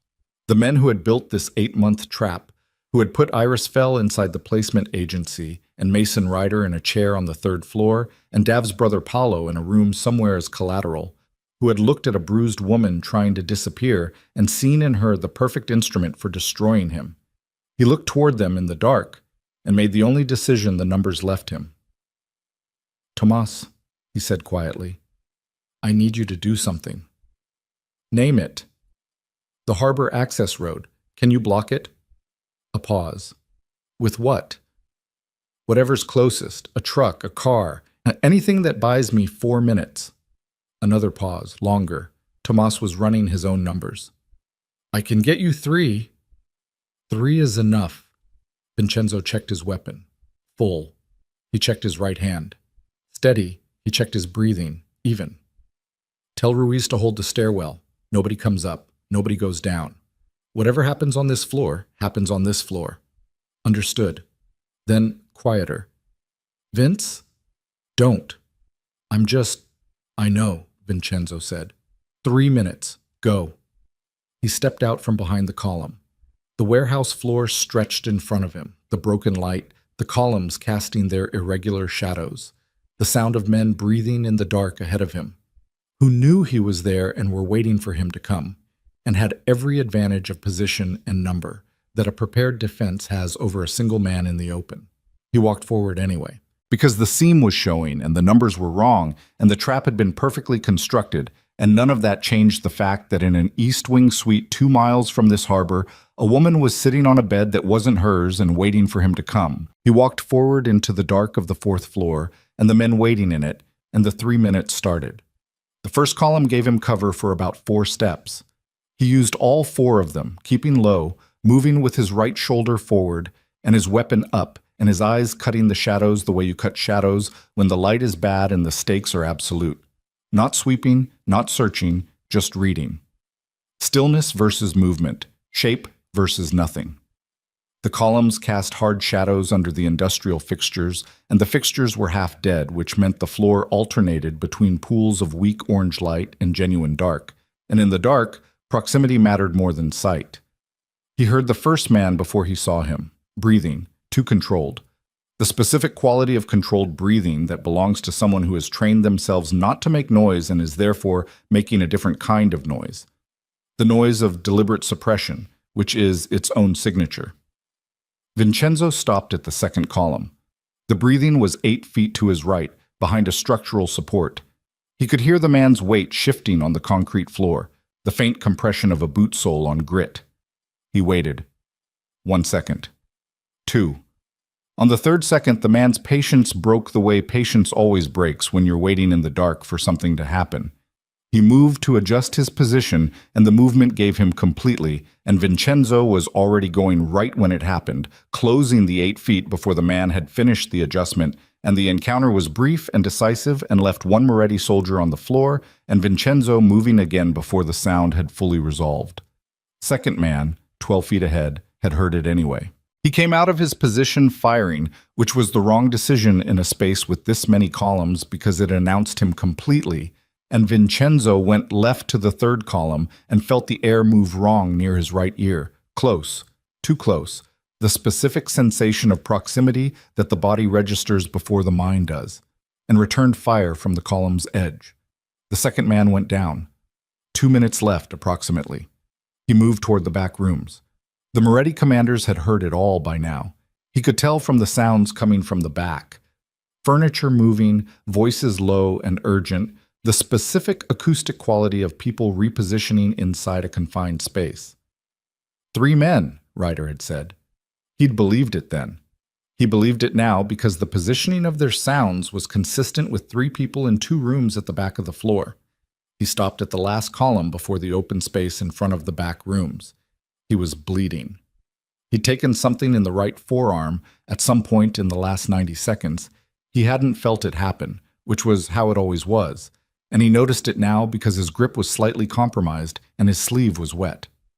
Not deep, nothing structural, but the kind of wound that would demand attention in about 20 minutes when the adrenaline fell off and the body started sending its complaints in full.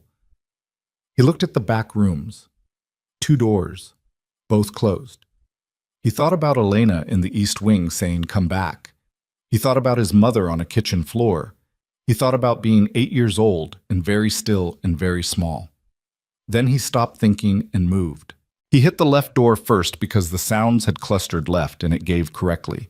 And the first commander was right there. A broad man in his 50s who had the startled expression of someone who had been powerful long enough to forget what direct physical consequence felt like.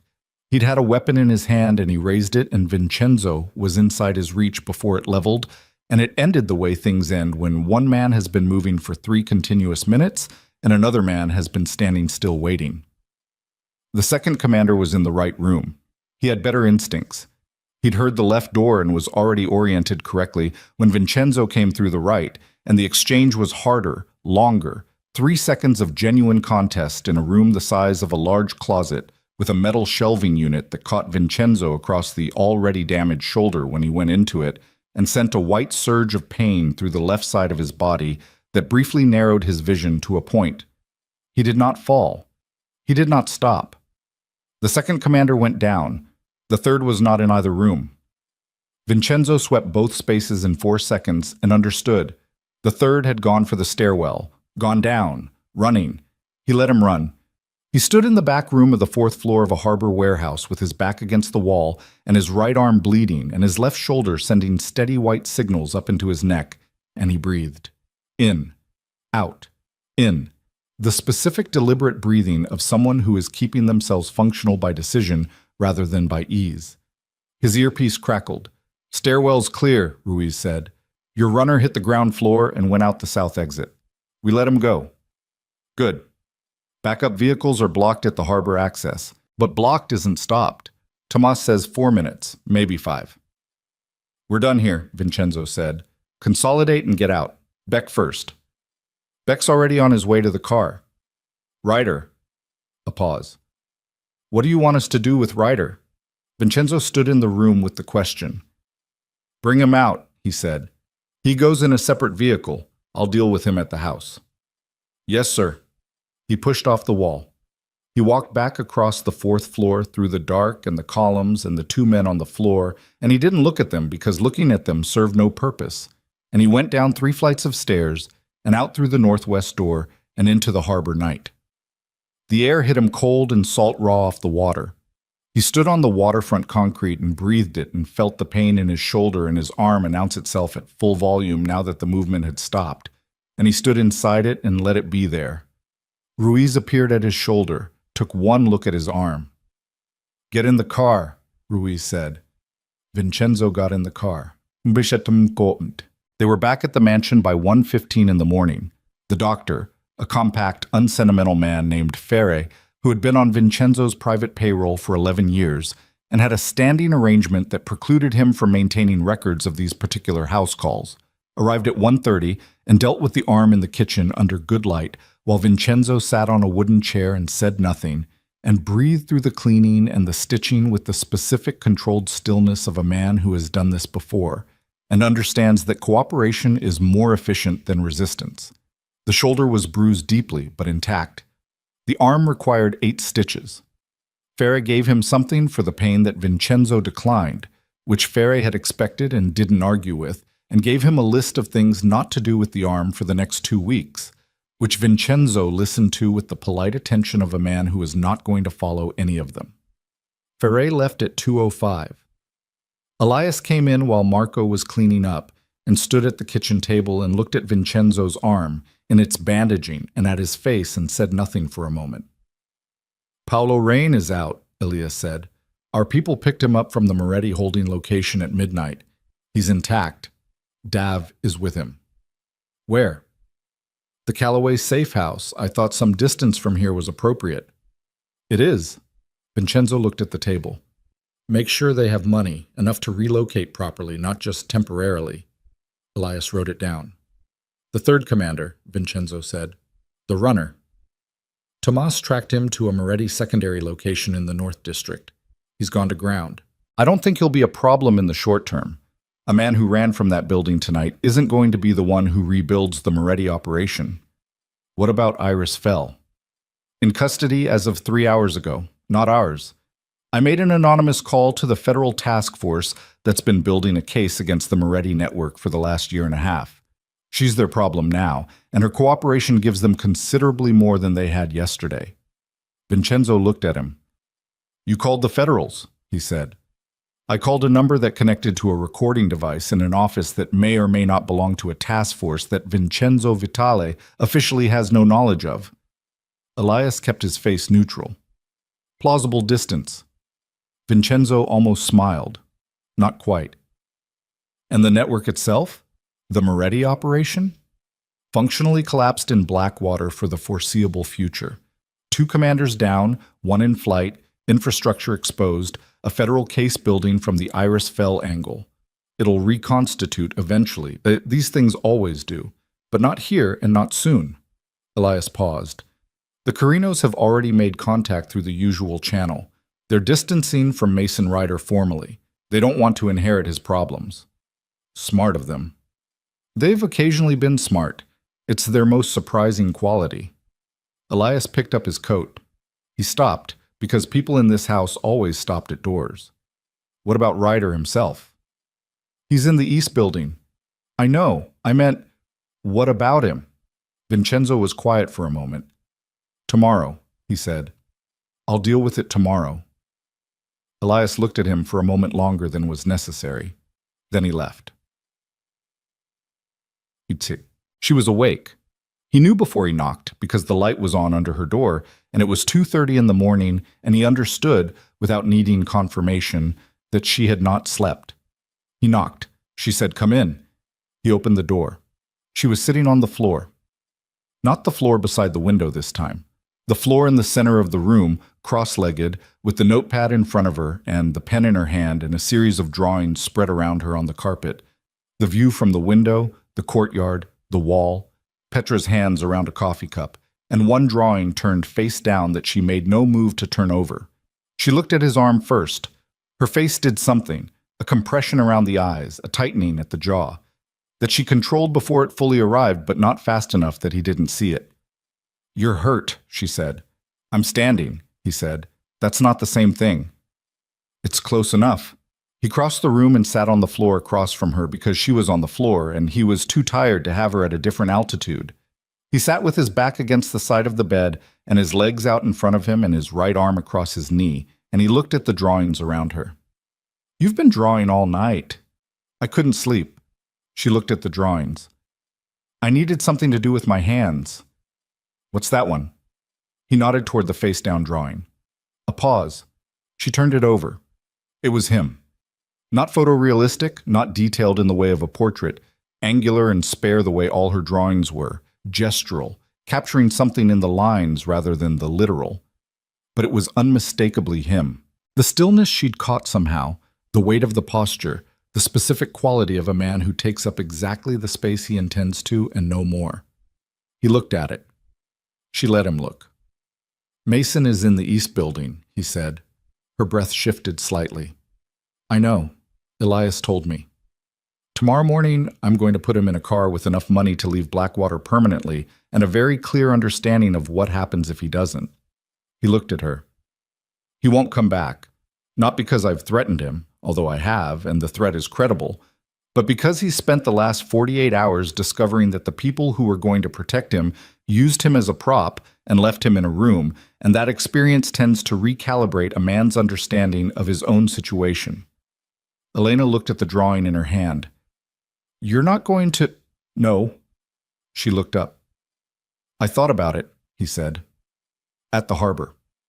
I stood in a room with him, and I thought about it very specifically."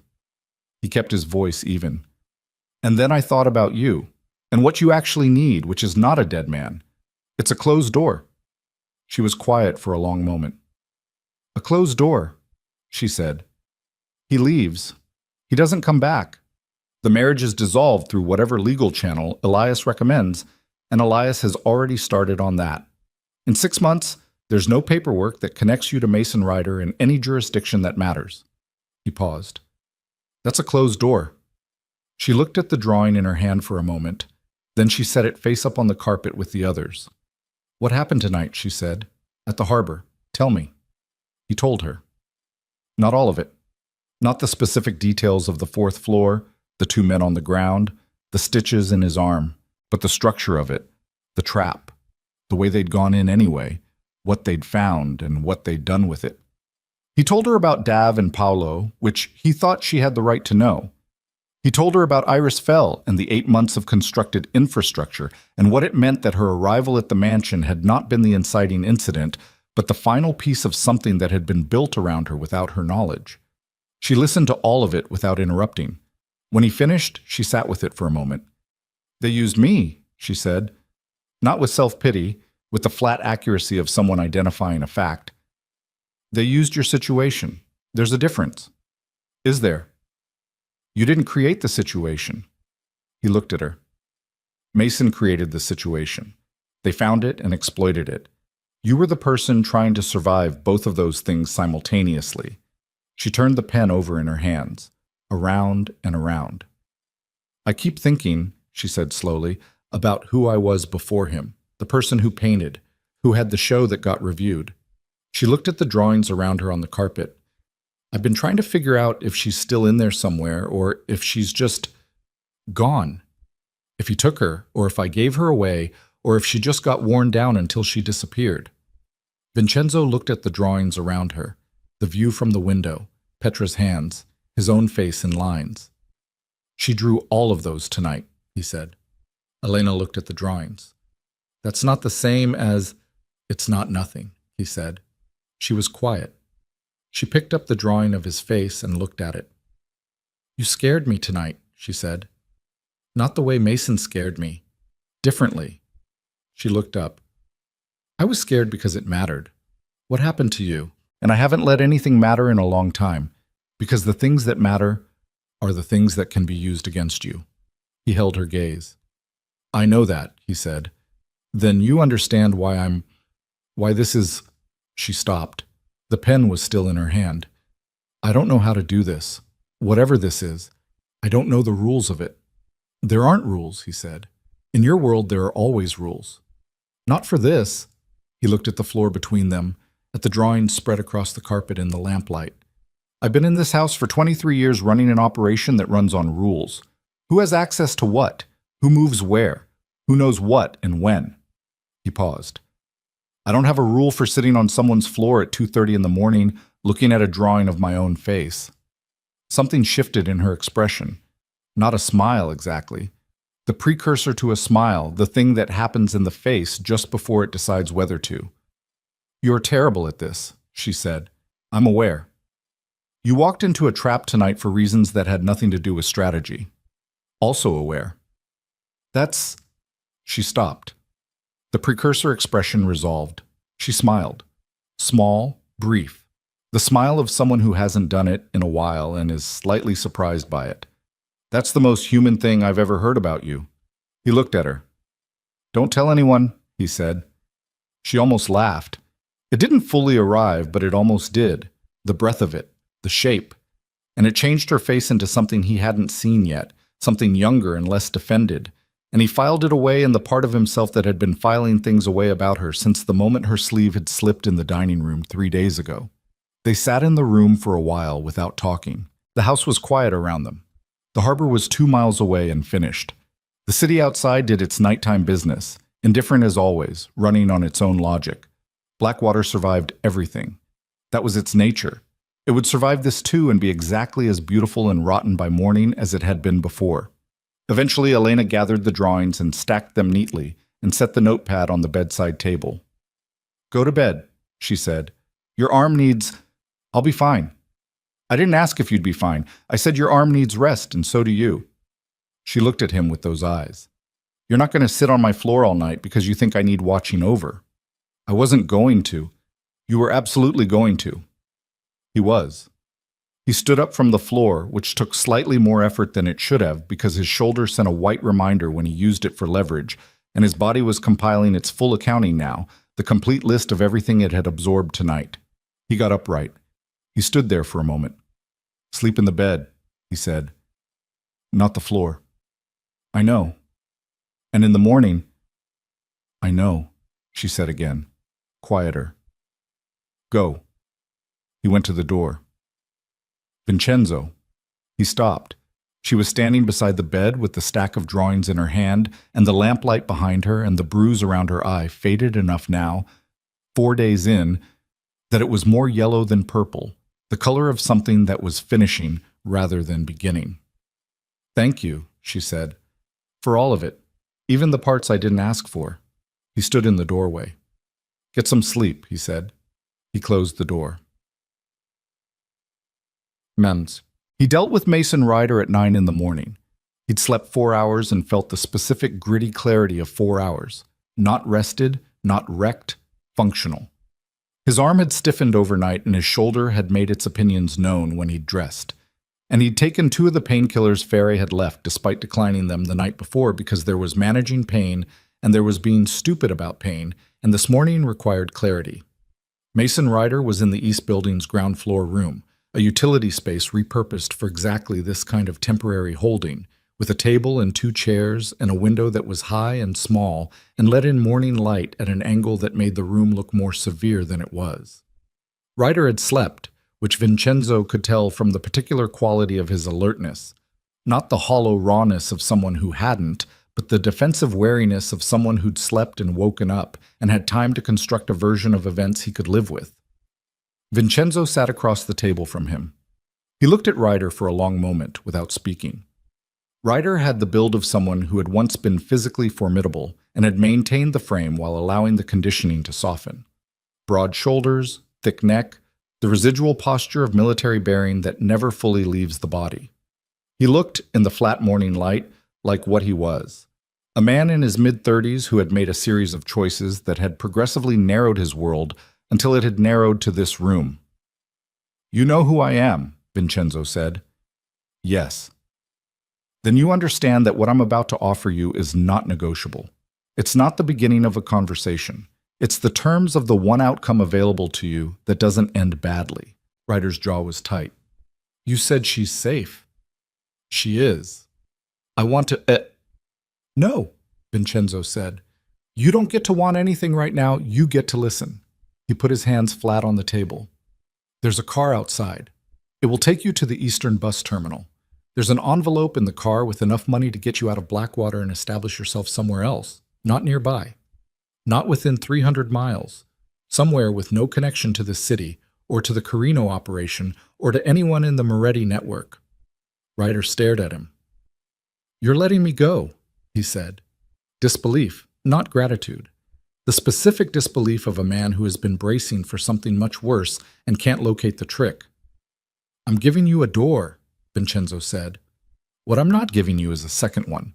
If you come back to Blackwater, for any reason, under any circumstance, that door closes permanently.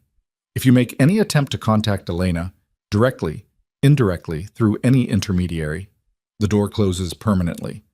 If you speak about this house or about me to anyone with a connection to the Moretti network or any other, permanent." He looked at him. "The divorce papers will come through a legal address in 6 weeks. You'll sign them. They'll be forwarded wherever you are." Ryder looked at the table. "I heard her," he said. Vincenzo said nothing. "I know that's—" Ryder stopped. His hands were on the table and they were not steady. "I'm not asking you to. I know there's nothing—" He stopped again. The sentence couldn't find its end because there wasn't one. There was no grammatical conclusion to "I hurt her" that resolved into anything clean. "The car's waiting," Vincenzo said. Ryder stood up. He was taller than Vincenzo by 2 inches.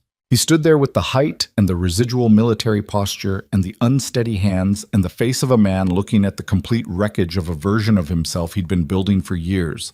And Vincenzo looked back at him with the flat, steady attention of someone who has made his decision and has nothing left to negotiate. Ryder walked to the door, stopped. "Is she going to be okay?" he said. Vincenzo looked at him.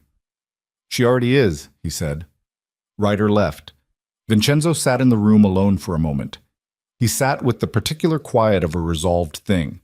Not peaceful exactly, not the absence of weight, but the specific quality of air after something that was held for a long time gets released. Then he stood up and went back to the house. 3 weeks later, the terrace had furniture. This was Petra's doing, nominally. She had produced 2 chairs and a low table from somewhere in the mansion's storage that Vincenzo had not known existed, and she had placed them on the south-facing corner of the terrace where the morning light was good for approximately 3 hours after sunrise. She had offered no explanation for this, and Vincenzo had not requested one. Elena used the terrace every morning.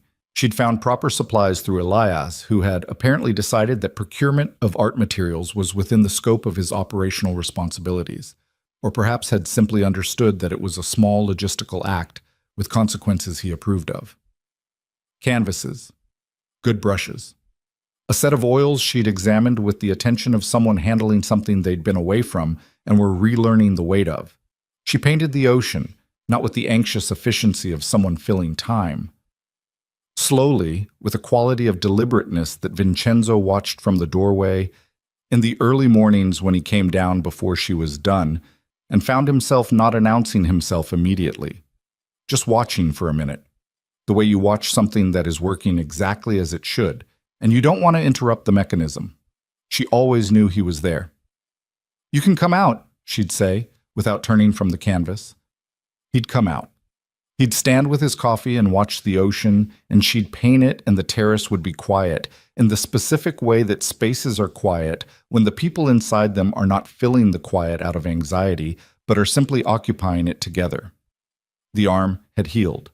The shoulder had taken longer and still announced itself when the weather changed, which in Blackwater was frequently. He'd restructured the household security completely. New rotation, new protocols, a rebuilt interior trust structure that Tomas and Elias had spent 2 weeks implementing. The Moretti network was in federal proceedings. The Carinos had sent a formal acknowledgement of territorial boundaries that was as close to an apology as that organization was capable of producing. The city had stabilized. The city always stabilized. That was the thing about Blackwater. It absorbed violence and commerce and corruption and human cost, and it kept running, its towers lit at night, and its harbor moving cargo, and its streets carrying the ordinary weight of several 100,000 people trying to get through their days. The underneath of it never changed, but the surface kept its shine. Dav had not returned to the mansion.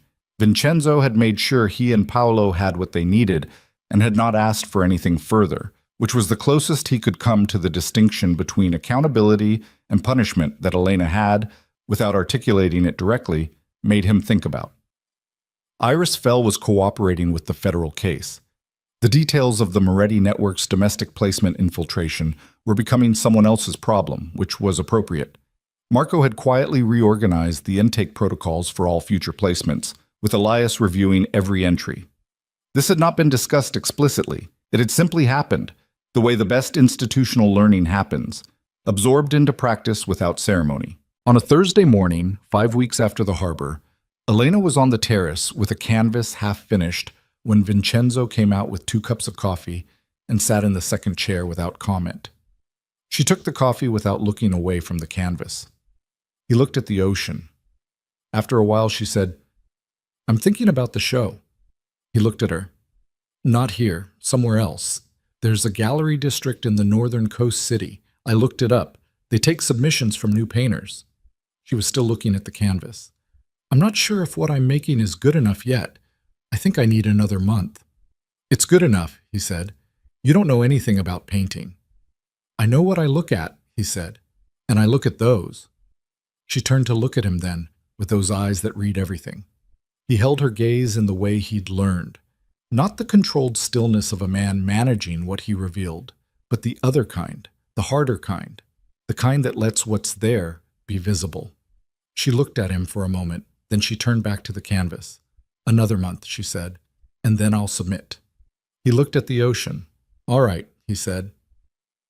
The morning light was the color it got in September in Blackwater when the weather was right and the rain had held off. A clear, particular gold that made the water look like something valuable and made the city below the cliff look, briefly, like the place it was always trying to be rather than the place it actually was. It didn't last. It never lasted. By noon the haze would come in and the towers would go gray and the harbor would smell like itself. But for 3 hours in the morning, it was like this. Elena painted. Vincenzo drank his coffee. The terrace was quiet in the way that it had learned to be. Not the silence of a house where a man lives like a ghost. Not the silence of held breath and managed distance and people orbiting at fixed intervals because gravity demanded it. A different quiet. The kind that accumulates between people who have been through something together and have arrived, not without cost, at the other side of it. He thought about his mother. He did this less than he used to, and when he did it now, it arrived differently. Not as the compressed engine of everything he'd built, not as the wound that had never closed, but as something that had finally been given somewhere to go. A woman who had deserved better than what she'd gotten. A boy who had been too small to give it to her. He had not fixed that. He had understood, somewhere in the last 5 weeks, that fixing it had never been the available outcome. What was available was this: a terrace in the morning, a woman painting the ocean, a city below that was exactly as broken and beautiful as it had always been, and a man who had spent 23 years ruling it from a distance, who was sitting, for the first time he could remember, close enough to something to feel its warmth. Elena set the brush down and looked at the canvas.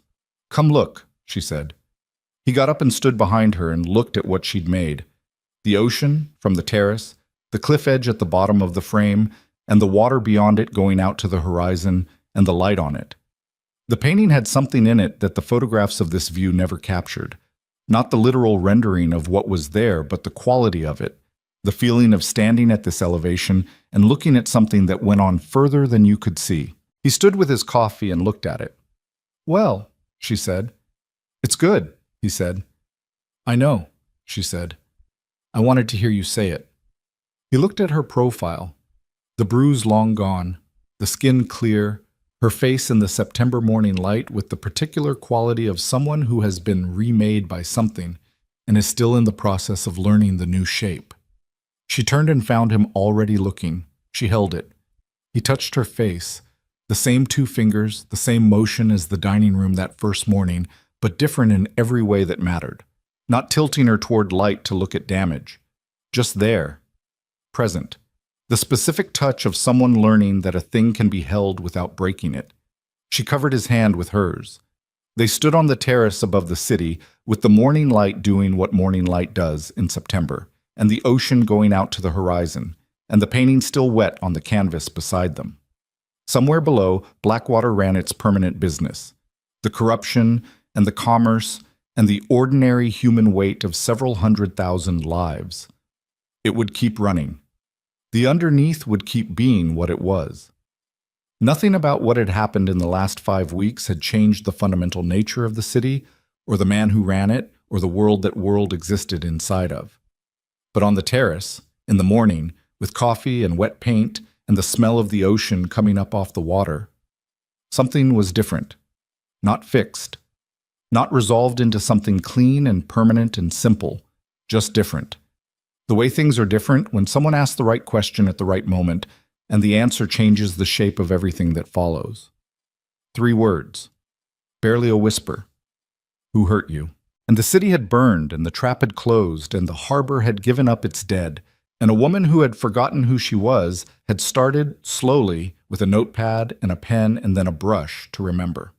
The camera would pull back, if there were a camera, past the terrace, and the 2 people on it, past the cliff and the mansion, with its hard angles going warm in the morning light, over the sprawling, complicated, beautiful, ruined city below, out to the water that went on until it hit another shore.